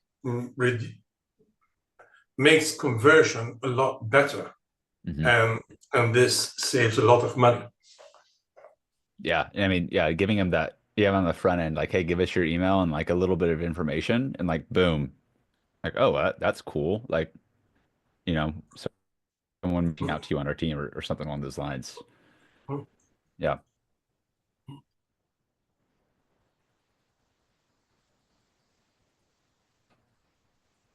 Any other thoughts, questions, comments on what we just covered? I mean, like in a nutshell, like that's kind of the whole workflow. Like we saw us starting with at the very beginning, like we're using the MarketSauce Studio to come and kind of go through those assessments. Like you could take the process that I just walked through and like prompt and frame and number of different like LLMs, Claude, ChatGPT to like go through this process, but you need to understand who your target market is at the end of the day, right? Like you've got to know what you're selling, who you're selling it to, but then thinking through like who's really that top type of client that I'm going to be looking for, and then creating the the first domino that is going to like really be a catalyst for all the rest of the things there. And using Pickaxe as a tool to help with developing the actual tool. And then Gamma, again, as a medium for getting the idea out there. Otherwise, I mean, again, you might have another website platform you want to use to actually build the page on. That's, you know, that's totally cool. But especially Gamma for creating the PDFs that you can brand and turn into something else and customize. I mean, there's a lot more manual ways that you could do that and accomplish the same result. So that's why one of the things I really like Gamma with about this process. And then something from even the earlier days of us starting the market sauce reports is some people don't mind the Google documents. Some people say like, yeah, this is great, but my creative team is going to turn this into something that's more branded. It and again, like a year and a half ago, Gamma wasn't capable of doing everything that it is now. And so now, but just knowing what these tools continue to evolve with, like now you can generate even more reports, even more things, and even more social media comments and posts. It's a thing now in beta on Gamma for social media posts. So, we could go back through inside of Gamma, create all the social media content to let everyone know that we're doing these free home safety audits, stop a fall before it happens. You know, that the language that you're using in that copy on the marketing front obviously is gonna lead into people going to the website. So you want that to be consistent. Let's see, question. I got a few questions here. Can that process be done through Pickaxe to make it more seamless? I think I already answered that, Omar. We'll be sending a recording out for those that in the community. And the question, Omar, you say we need to ask ourselves is what part is automated, what part is consultation?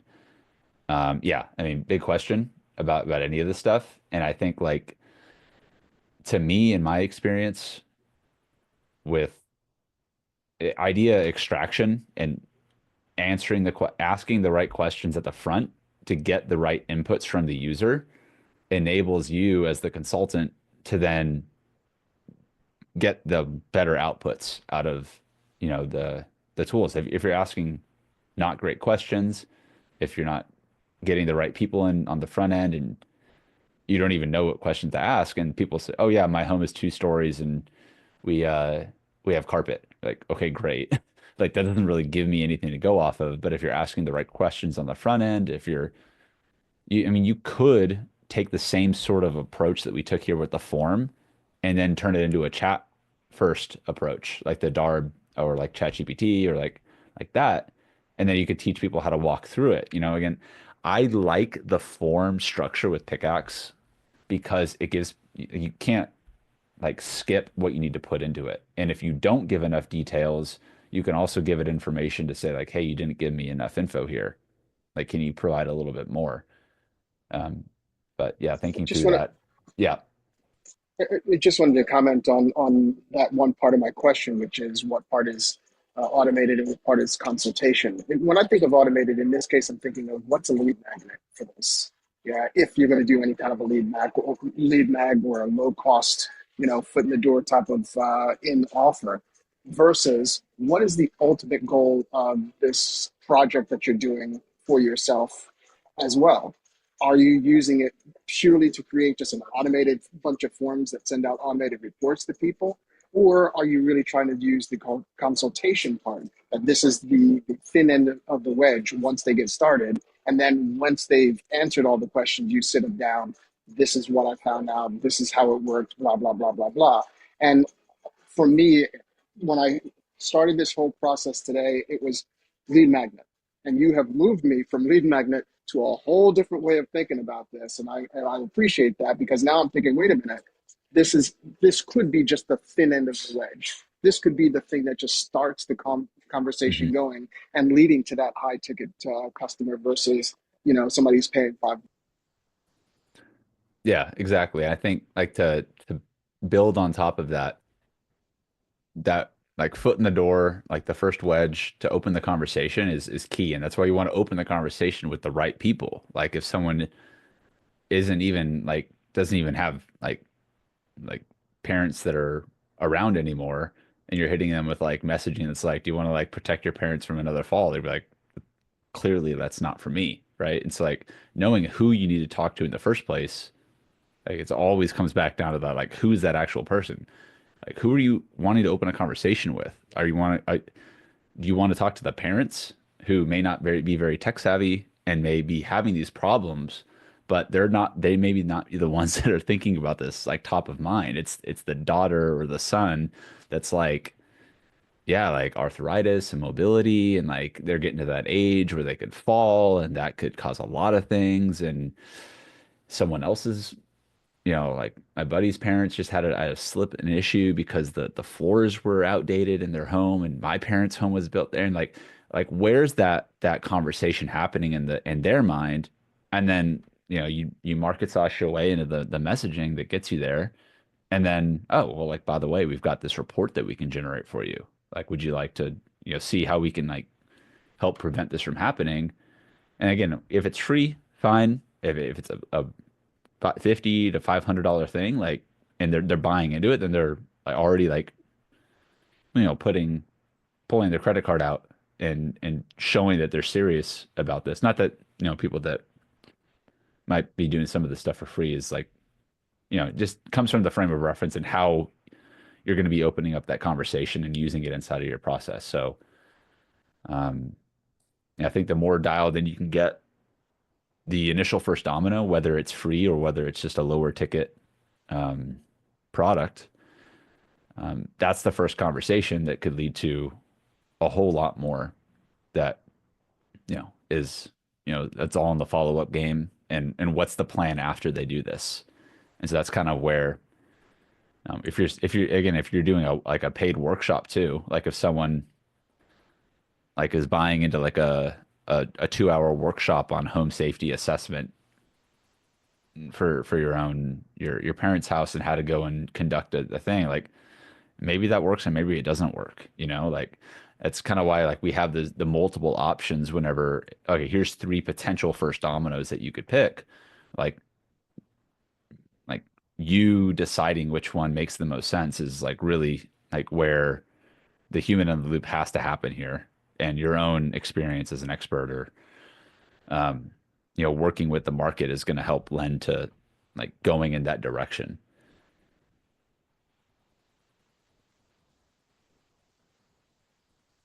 Oh, I did say that we would talk about operator a bit.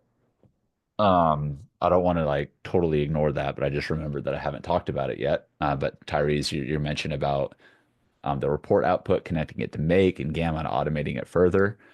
I don't know if there's a way right now to connect like Gamma to Make. I know they've had some limitations in terms of like an API and otherwise there, which is why it's like, okay, cool. Um, uh, you can just copy and paste and go and do that stuff. But I think this would be a good example of if there's any other questions before we get into kind of like a ChatGPT Pro operator demo, let's jump into that right now. It could take a little bit of time in that demonstration. So I want to first make sure, are there any pressing questions? Anyone want to share kind of like any insights that you got? Thank you for sharing, Omar. In terms of how you're going to be applying this, I'd love to hear anything before we move on to the last part of the workshop.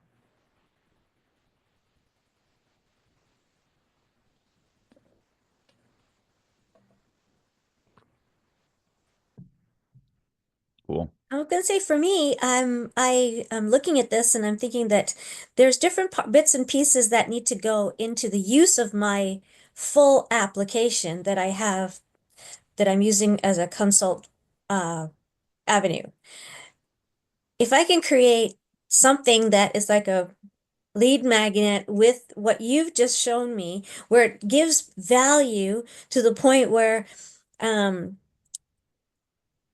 if I give this away for free, what is the paid version? That conversation goes on in the person's head, then it actually helps the matter to get them in through the door even faster, I think. Yeah, and I would challenge you too, Tyrese, is like what does that paid version look like right now? Instead of always leading with the free, like really think about the person that has the problem that's very pressing right now, and what would they pay to help like get them to a point where they have more peace of mind in that case. Well, That's what, for me, I know that if I want, I would give away how to create an optimized LinkedIn profile. okay. People don't know how to do that, and I can easily create an application using what you've got right here and do that. Because the app that I created depends on you having an optimized LinkedIn profile to actually give you a meaningful Yeah. resume and customized letter for the job you're applying for. So No, it yeah, that looks makes sense. Yeah, so it's like there's a first domino and there's a first domino. right. And so you could have multiple of like the initial freebies and kind of testing stuff out, but then like okay, these people that are paying now are showing that they're much more serious on that front. And whether that's signing up with you on retainer, whether that's subscribing to your software, booking a paid consultation, a number of different ways.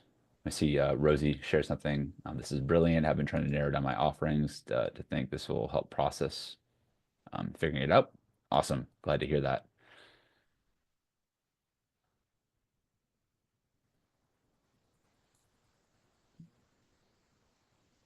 All right, cool. All right, y'all. Well, I want to show you what, unless there's anything else, please speak now or let the AI overlords take over.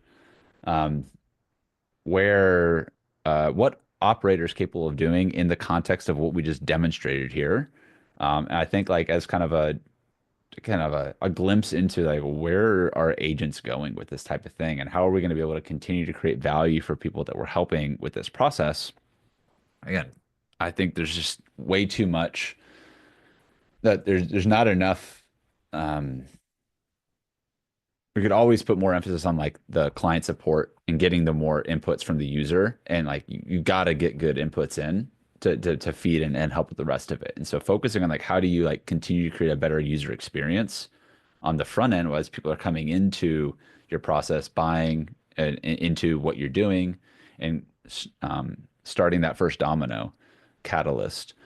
Well, like if you're doing one, two, three, five, or 10 of these a day, there's also time constraints on delivering on this service, which is again where AI is great in helping us with speeding up um, manual tasks, processes, things of that nature. But let's just say you've got 20 clients filling this stuff out a day, and you're doing it, or your team is doing it, but you're getting burnt out and you don't want to be doing this the same sort of manual way always. That's where more AI agents will come into place and you're building. And obviously, if you're having those problems, it's a good sign that like something is happening and you're starting to get some momentum or some traction or people are like, opting into it. And so it makes sense to spend more time.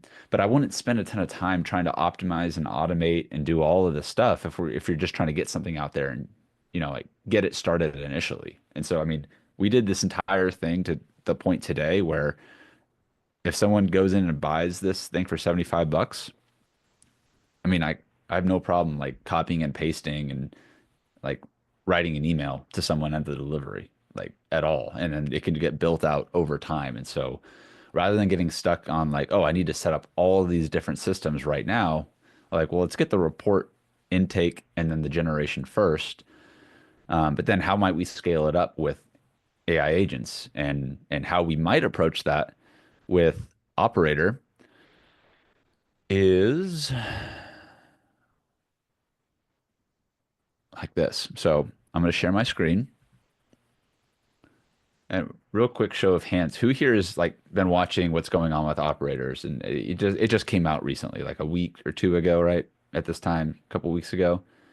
Yeah, Tyrese. Yeah, I think Assad, I saw your hand. Omar, um, virtual hand raises behind the screens I can't see.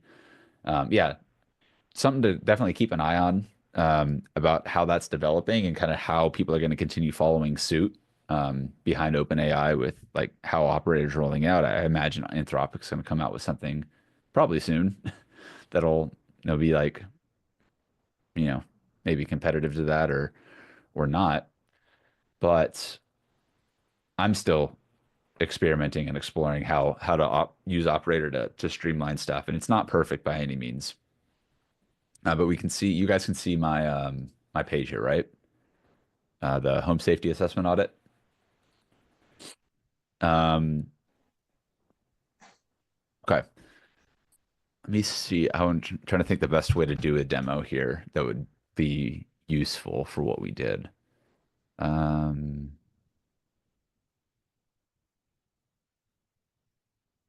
mm,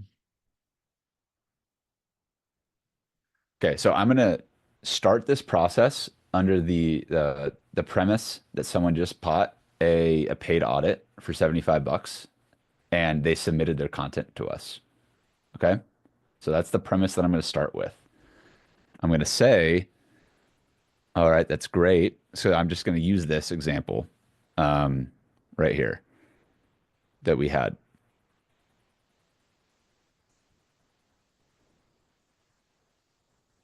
I'm going to copy this information. I'm going to jump over to operator.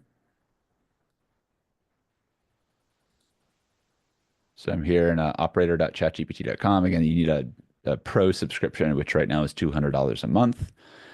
And you got to tell it what you want it to do. And so what I'm going to do is I say, I want you to take the client intake form answers and use those answers to fill out our audit assessment tool forms so we can create the report, and then from that output copy it into Gamma to create a full custom PDF we can download and send to the client. So I gave it that instruction because that's what I want it to do. Like, what's the outcome that I'm looking for here? And I ordered like, what's the general path that I think needs to happen? Um, so I'm just copying and pasting that in here, but it doesn't know where to go to input these forms. So I'm going to go and this is where like whatever page this is embedded on, I'm assuming that it's going to be able to see this page. If not, I'm going to add it to my studio so that it can, because I know it can. But if it has access to a page, which some sites limit access, some sites don't, and has some limits, our audit assessment tool form here, and let's see what happens. So I just clicked enter, and now what Operator is doing is it's opening up a browser, and it is starting the process to doing this. So you can see it's logged onto that page that I just gave it. And I gave it information already in terms of my context. So if a client submits information on an intake form, a type form, a Google form, it's taking that context and it's copying and pasting it into this form. Right now, I need to be watching it and making sure that it's doing its thing, but I'm also not tabbing back and forth and I'm not copying and pasting this stuff into here. Smoke detectors, it's taking all of the context and it's actually optimizing it and submitting it into here like this. What will happen is it's going to, when it runs into Gamma or if it runs into a tool that it needs to log in, it'll ask me to log in, provide my context information. Hey, I filled out the home safety audit assessment form. Should I go ahead and submit it? Yeah, go ahead and submit it. So once it submits it, it's going to go and it's basically controlling this browser to submit that content.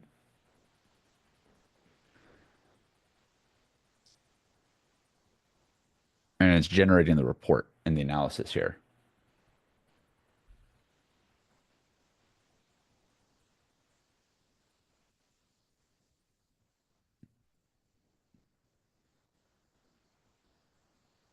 So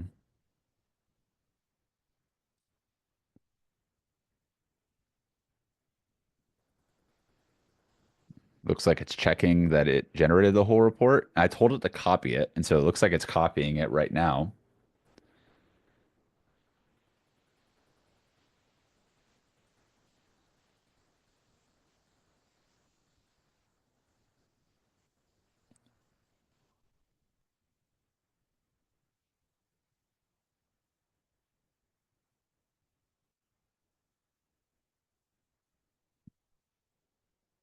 I don't know why it keeps going up and down, but oh, I see it's slowly but surely copying the report.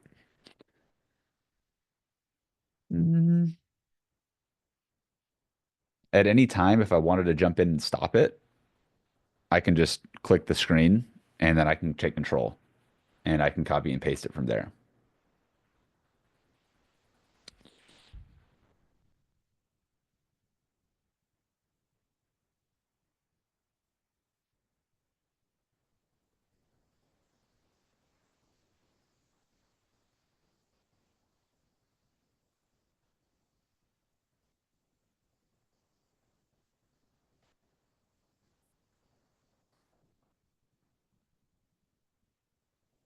Seems like it's having,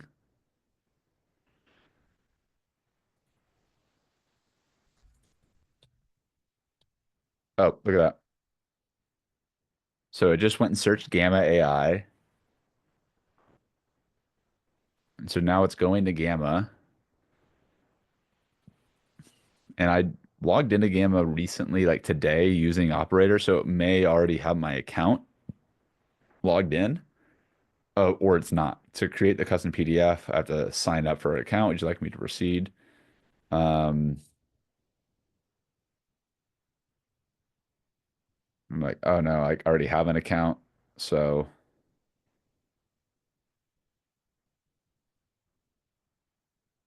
I don't want to create an account.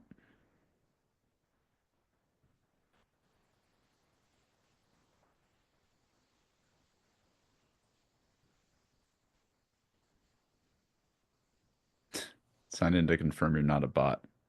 Don't tell me how to live my life. So I just need to go to login. And I think this will be the case for like most agents. And there's probably people that are already like figured out how to work around this in some instance, but I need to log in, provide my credentials. If I'm logging in with Google, it will um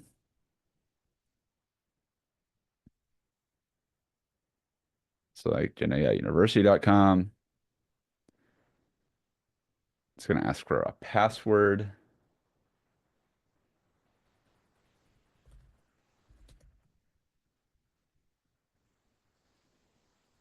So I'm going to give it my password. And then usually it asks me to authenticate because Google's like, what's going on? Is that you? Is that really you, Dobby? Opening up my Gmail app. Go ahead and select yes.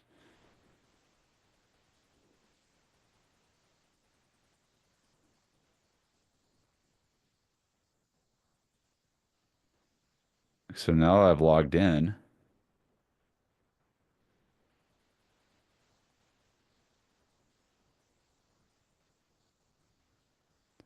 Finish up. Return control. And now that it's logged into my Gamma,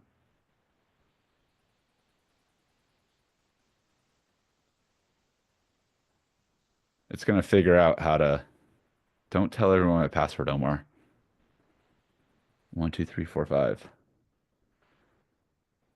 It's so simple, no one will ever think to guess it.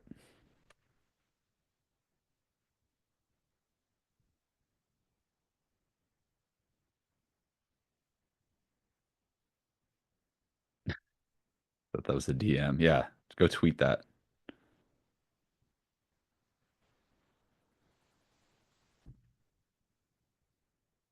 So I mean, it's like you can see, like if I'm like operating and like you saw how I was tabbing around just as like myself. This is obviously a little slower when it's operating here right now. I mean, just think like the old saying like, oh, this is the worst AI is ever going to be, but like it's pretty like telling of the direction that we're going to be going here. Like I could be playing some drums, I could playing the piano, I can go for a little bit of a walk, I could, be managing the conversation, I could be doing a lot of other things simultaneously with this. Um, but then also like keeping an eye on it, like, yo, Gamma, like, what are you doing? Like, no, just go to Gamma. Just tell it what's up.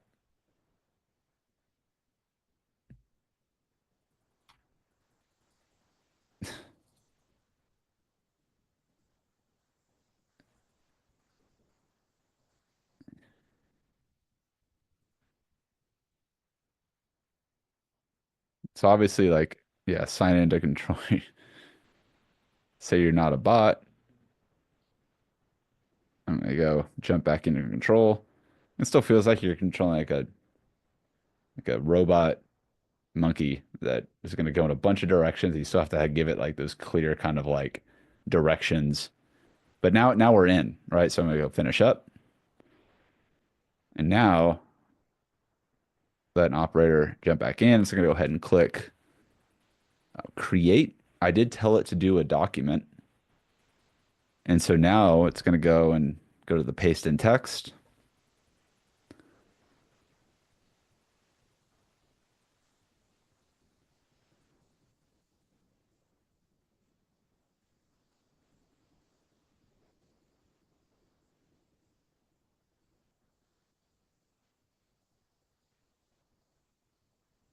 And noting the point about, like, is it worth the $200 a month or not? I mean, honestly, it depends on how you're using it and what you're doing it for. I mean, we had a guy this past weekend literally code an entire app in like 2 hours, and he's gonna start selling it and turning it into, wait, it's already saving him probably 20 hours per trip is a travel app. Um, and like he didn't, it's like if you're doing code, like Operator is gonna help you like immensely with writing code and doing a lot of stuff like that. Um, I think it all just depends on your use case and how, we learn how to use and leverage these tools. But yeah, like if I were to hire somebody to do like just this type of task as an assistant to take stuff off my plate, like having them go and do this as their only job might not be the most effective use of their time if I can also enable that same person with a tool like this to do it like 10x or 100x more efficiently, like, or maybe not. Someone still needs to operate this, right? It's not like someone can do that, but I've also found out in testing this, I can take outputs from like the MarketSauce Studio and I can have it literally log into my MarketSauce portal, create a 10-page report from there, and it will go and like submit the orders and do that sort of thing. And so, I mean, for me being a much smaller team and I'm trying to enable myself and the people that I do work with these tools, I'm trying to be able to do like 100x the level of outputs or whatever. I don't know. It's not exactly 100x, but um, a lot more with a lot less.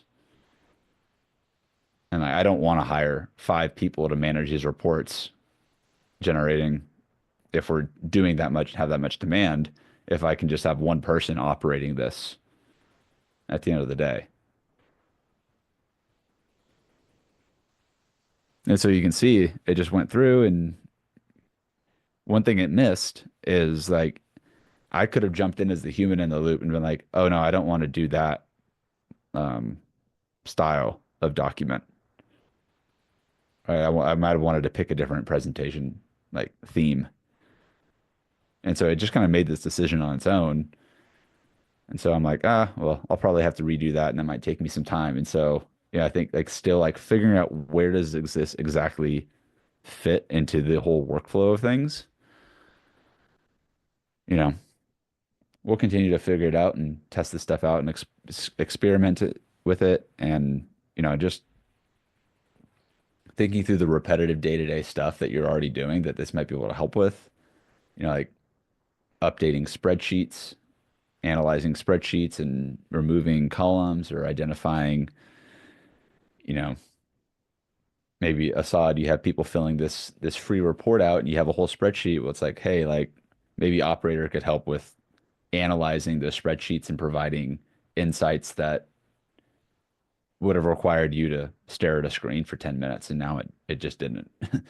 I'm thinking like those like what are the things that it's going to most immediately help you with like alleviating like the time and that you're being spending on those. Um, but definitely from like a coding standpoint too. Like I'm not coding anything right here, but I mean I've seen some wild stuff already on the code aspect of it. Yeah, and considering it's only a week old, like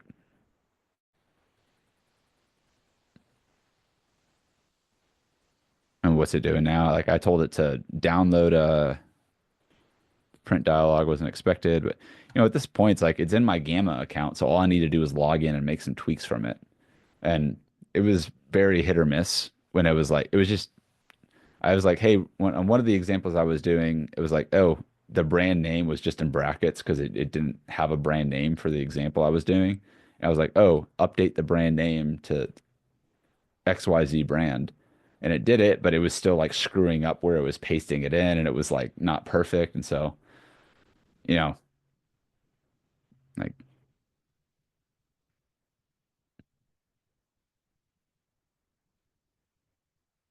it'll get better.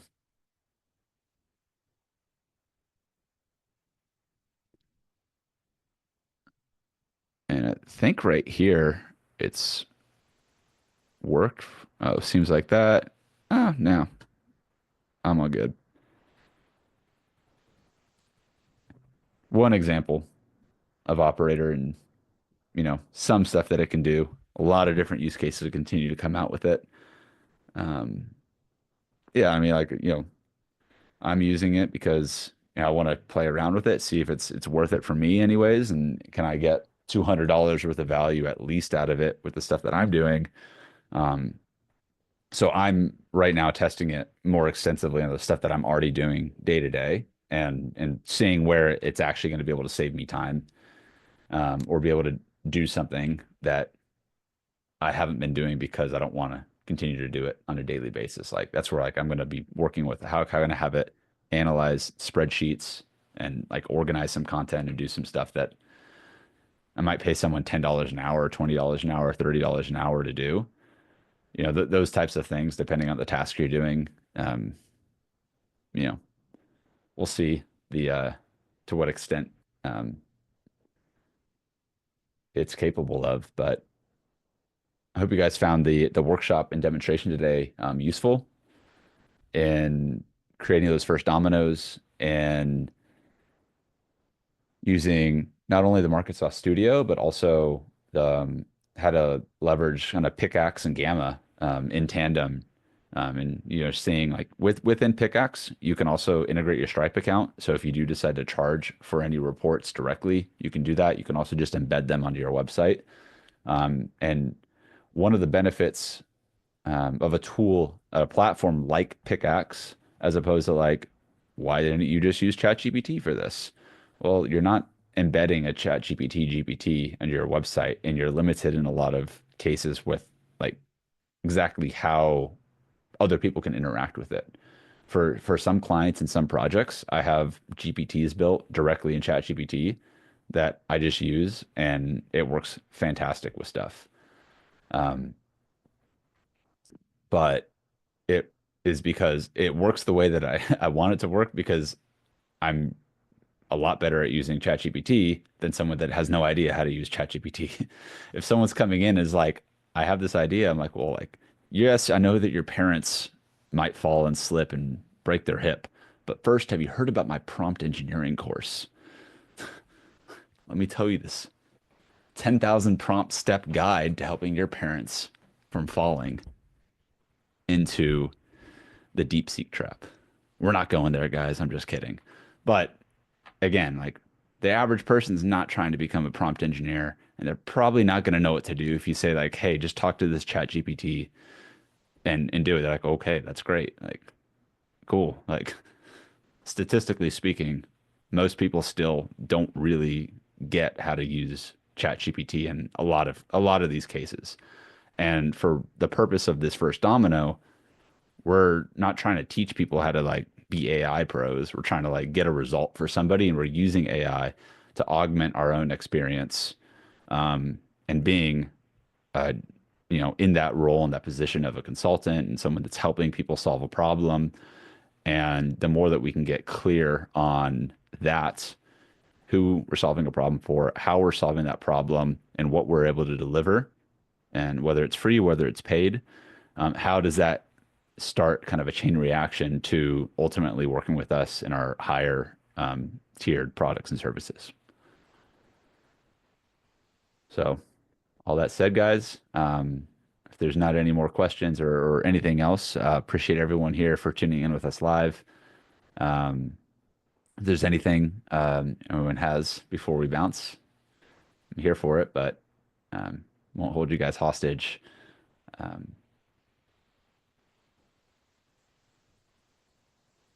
Hey, Darby, is it going to be recorded? Is it recorded and posted? yeah, I will post this after probably not tonight. I'll try to get it out tomorrow inside of the Creator Plus community. And for those of you that just bought a single ticket to it, I'll figure out a way to get you guys the recording immediately, and I'll like a transcript and anything else that we're gonna put inside of the community. It's may or may not end up on YouTube at some point, depending on where it ends up. It will certainly be inside the community though for all of our members, um, more more quickly than anything else. So I'll get that out by tomorrow morning for sure, and then. Um, yeah, like if you guys like this style of workshop and kind of what we dug into here, like please like let me know. Love to hear kind of like the insights and feedback you have from it, and also like how does the MarketSauce tools work with you and building this stuff out. If you guys create a first domino product and start putting it out there, I'd love to hear the results that you're getting with it too. Hey, Darby. Yep. On it, it says that I guess I'm looking at the link you gave us, and I think it says we have 5 credits for it. So we can go ahead and play with that and kind of create something from, from the platform you gave us. Yes. Let me double check. I'm gonna just through like probably through this weekend, I'm gonna bump. I thought I increased the number But it says beforehand. 5 usages, I think. So that's probably not credits. It's Yeah, so the way the credits work, and the reason that like I when we're starting to roll this out, like the credits themselves are kind of like arbitrary. It's like one credit is basically one use, and so you'll burn through 5 uses very quickly. okay. But I want you guys to like play with it for the next few days, especially because you showed up, you put the time in watching this, and for those that are going to be watching it over the weekend, I'm going to bump those usages up so you guys can get it and test it.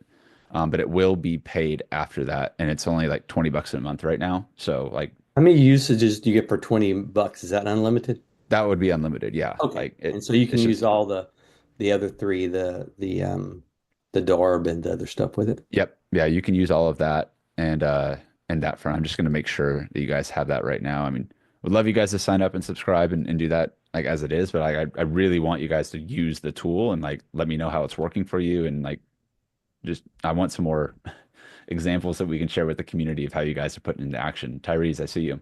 Yeah, I have one question. I had credits in my other MarketSauce account. Do those transfer over or Now, the reason those are that gone? these platforms are separate right now, Okay. I'm gonna make it 50 uses for now for everybody. I mean, that should give you plenty enough to work with all these. Okay. 'Cause I Um, was gonna say I'm happy to use my credits instead yeah, of so distinction between the studio as it is right now, as opposed to the portal. The portal is here, which I know a lot of you have access to it or have gotten access at some point. And I think Steve, you mentioned your account wasn't active. You don't mind sending me an Yeah, email? but when I clicked on the link, it came up. So I probably don't need this now, do I? Since Yeah, I, so since I so as you guys are creating more content, more blueprints, more campaigns, like each one of your avatars is going to get built out. And while you can use the quantum mentalist and the revolution GPT to generate like these snapshots very quickly, they're just inside of Pickaxe. Eventually, our goal is to get that built into here. Right now, there's separate platforms because Pickaxe is built for those type of interfaces, and this is operating to where you can open it, it embeds the Google document, and you have this entire. Generally, it's about 10 pages of like everything and like fully built out using the MarketSauce That's cool. blueprint, part one of the full buyer's brief. And so, with anyone if you're going to go and create a marketing campaign with a client, you need to know who their audience and avatar is too. This would be kind of the the full robust report that is just going to like organize everything much more cleanly inside of a library like this. And how I've been using the studio with that is I would take like the outputs from, like a first domino or say the DARB, like right here. If I take this demographic, like tell us about your client and your information, you can submit a new order here and organize it. It's just a different interface. But regardless, like each one of these credits, 1, 10, or 50, however many you're buying at one time, are all going to generate a blueprint for you specifically. And well, it's like a one-time thing. Like you buy it, you use it, you have them, and you can generate a bunch of them at once, or you can do one a week or however. But this is going to be subscription based so that you can basically activate these reports and generate them. And the reason that, well, obviously it's using credits and like $20 a month is just going to cover the general cost of keeping it active and that sort of thing.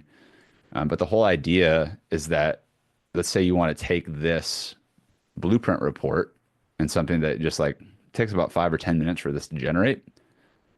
If I download that PDF, I can open up a new instance of DARB and I can be like, yo, I can attach that blueprint and I can create like a simulated type of environment here inside of this that will like take that blueprint as the foundational context for what we're going to be creating around.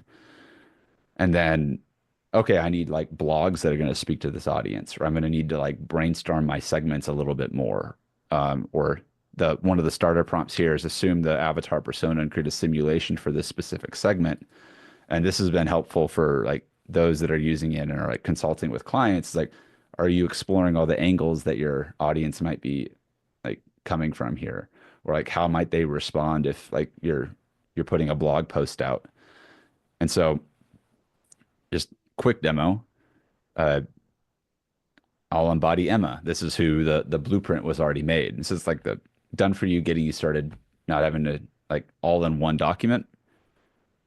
Audience trust me to find ingredients, like just kind of like taking their perspective from the AI's world, giving you some more insights into it. And then you can take this information and you could like, add it back into your buyer's brief or build it out, or there's a lot that you can do with it. But the reason that we wanted to get this out and a bit uglier in terms of like them being a little separate right now versus all directly in the portal is because the question would consistently come up with our members.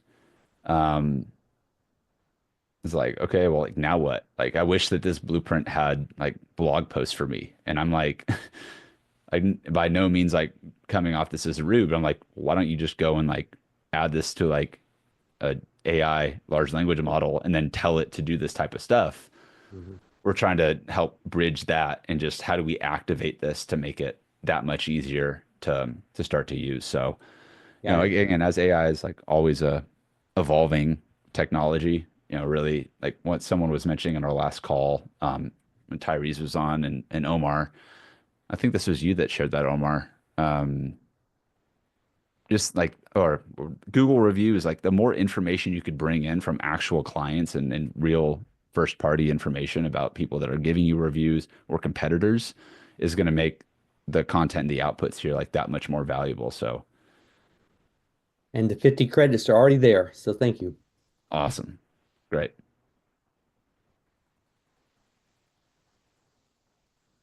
All right, let me make sure we got add this breakout. Omar, I'd love to add to this a breakout opportunity so we can actually try some stuff out.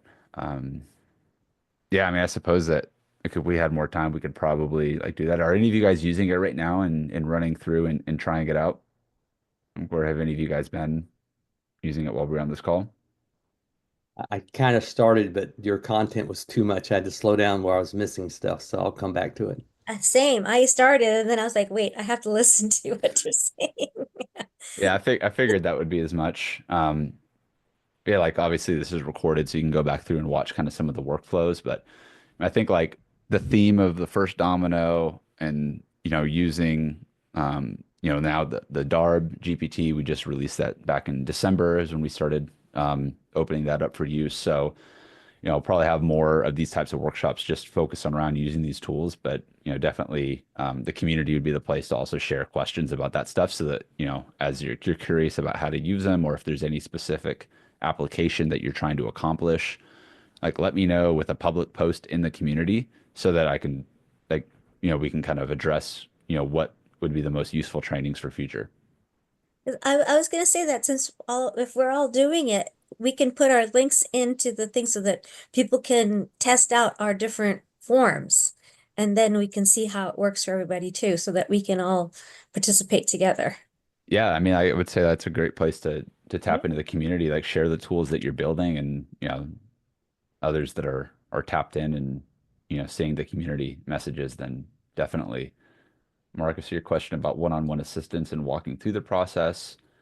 I mean, I'm open to it. I'm not really doing one-on-one right now, just due to like time constraints of things. But if there's like a really specific question that you have about going through the process or otherwise, like again, like the community is the space for these so that I can make sure that you guys get the priority support and anyone that's actually using these tools. So um, feel free to hit me up and shoot me a message in there. Cool format. I like the Grosisa, I like the format of the workshop, real demo, end-to-end process. Cool. Really glad that you guys are enjoying this format. I mean, it's like 20-minute type of workshops are great for certain things, but there's only so much you can do in that amount of time, especially for these more like robust workflows that have a lot of moving parts. But, once you go through this a few times, you get comfortable with Pickaxe and Gamma. I mean, you'll be able to churn out these tools, not churn out, but, develop these tools at a much faster pace and also iterate on the back end with those prompts. And I would also say like you don't feel like you're limited to just asking Darb what the prompts could be for something like this. Like if you have a GPT-4 account, if you're getting a lot of great results from Claude, like these tools are always getting better. I think it's so much more about like how you're applying um, yourself and working through and utilizing these tools.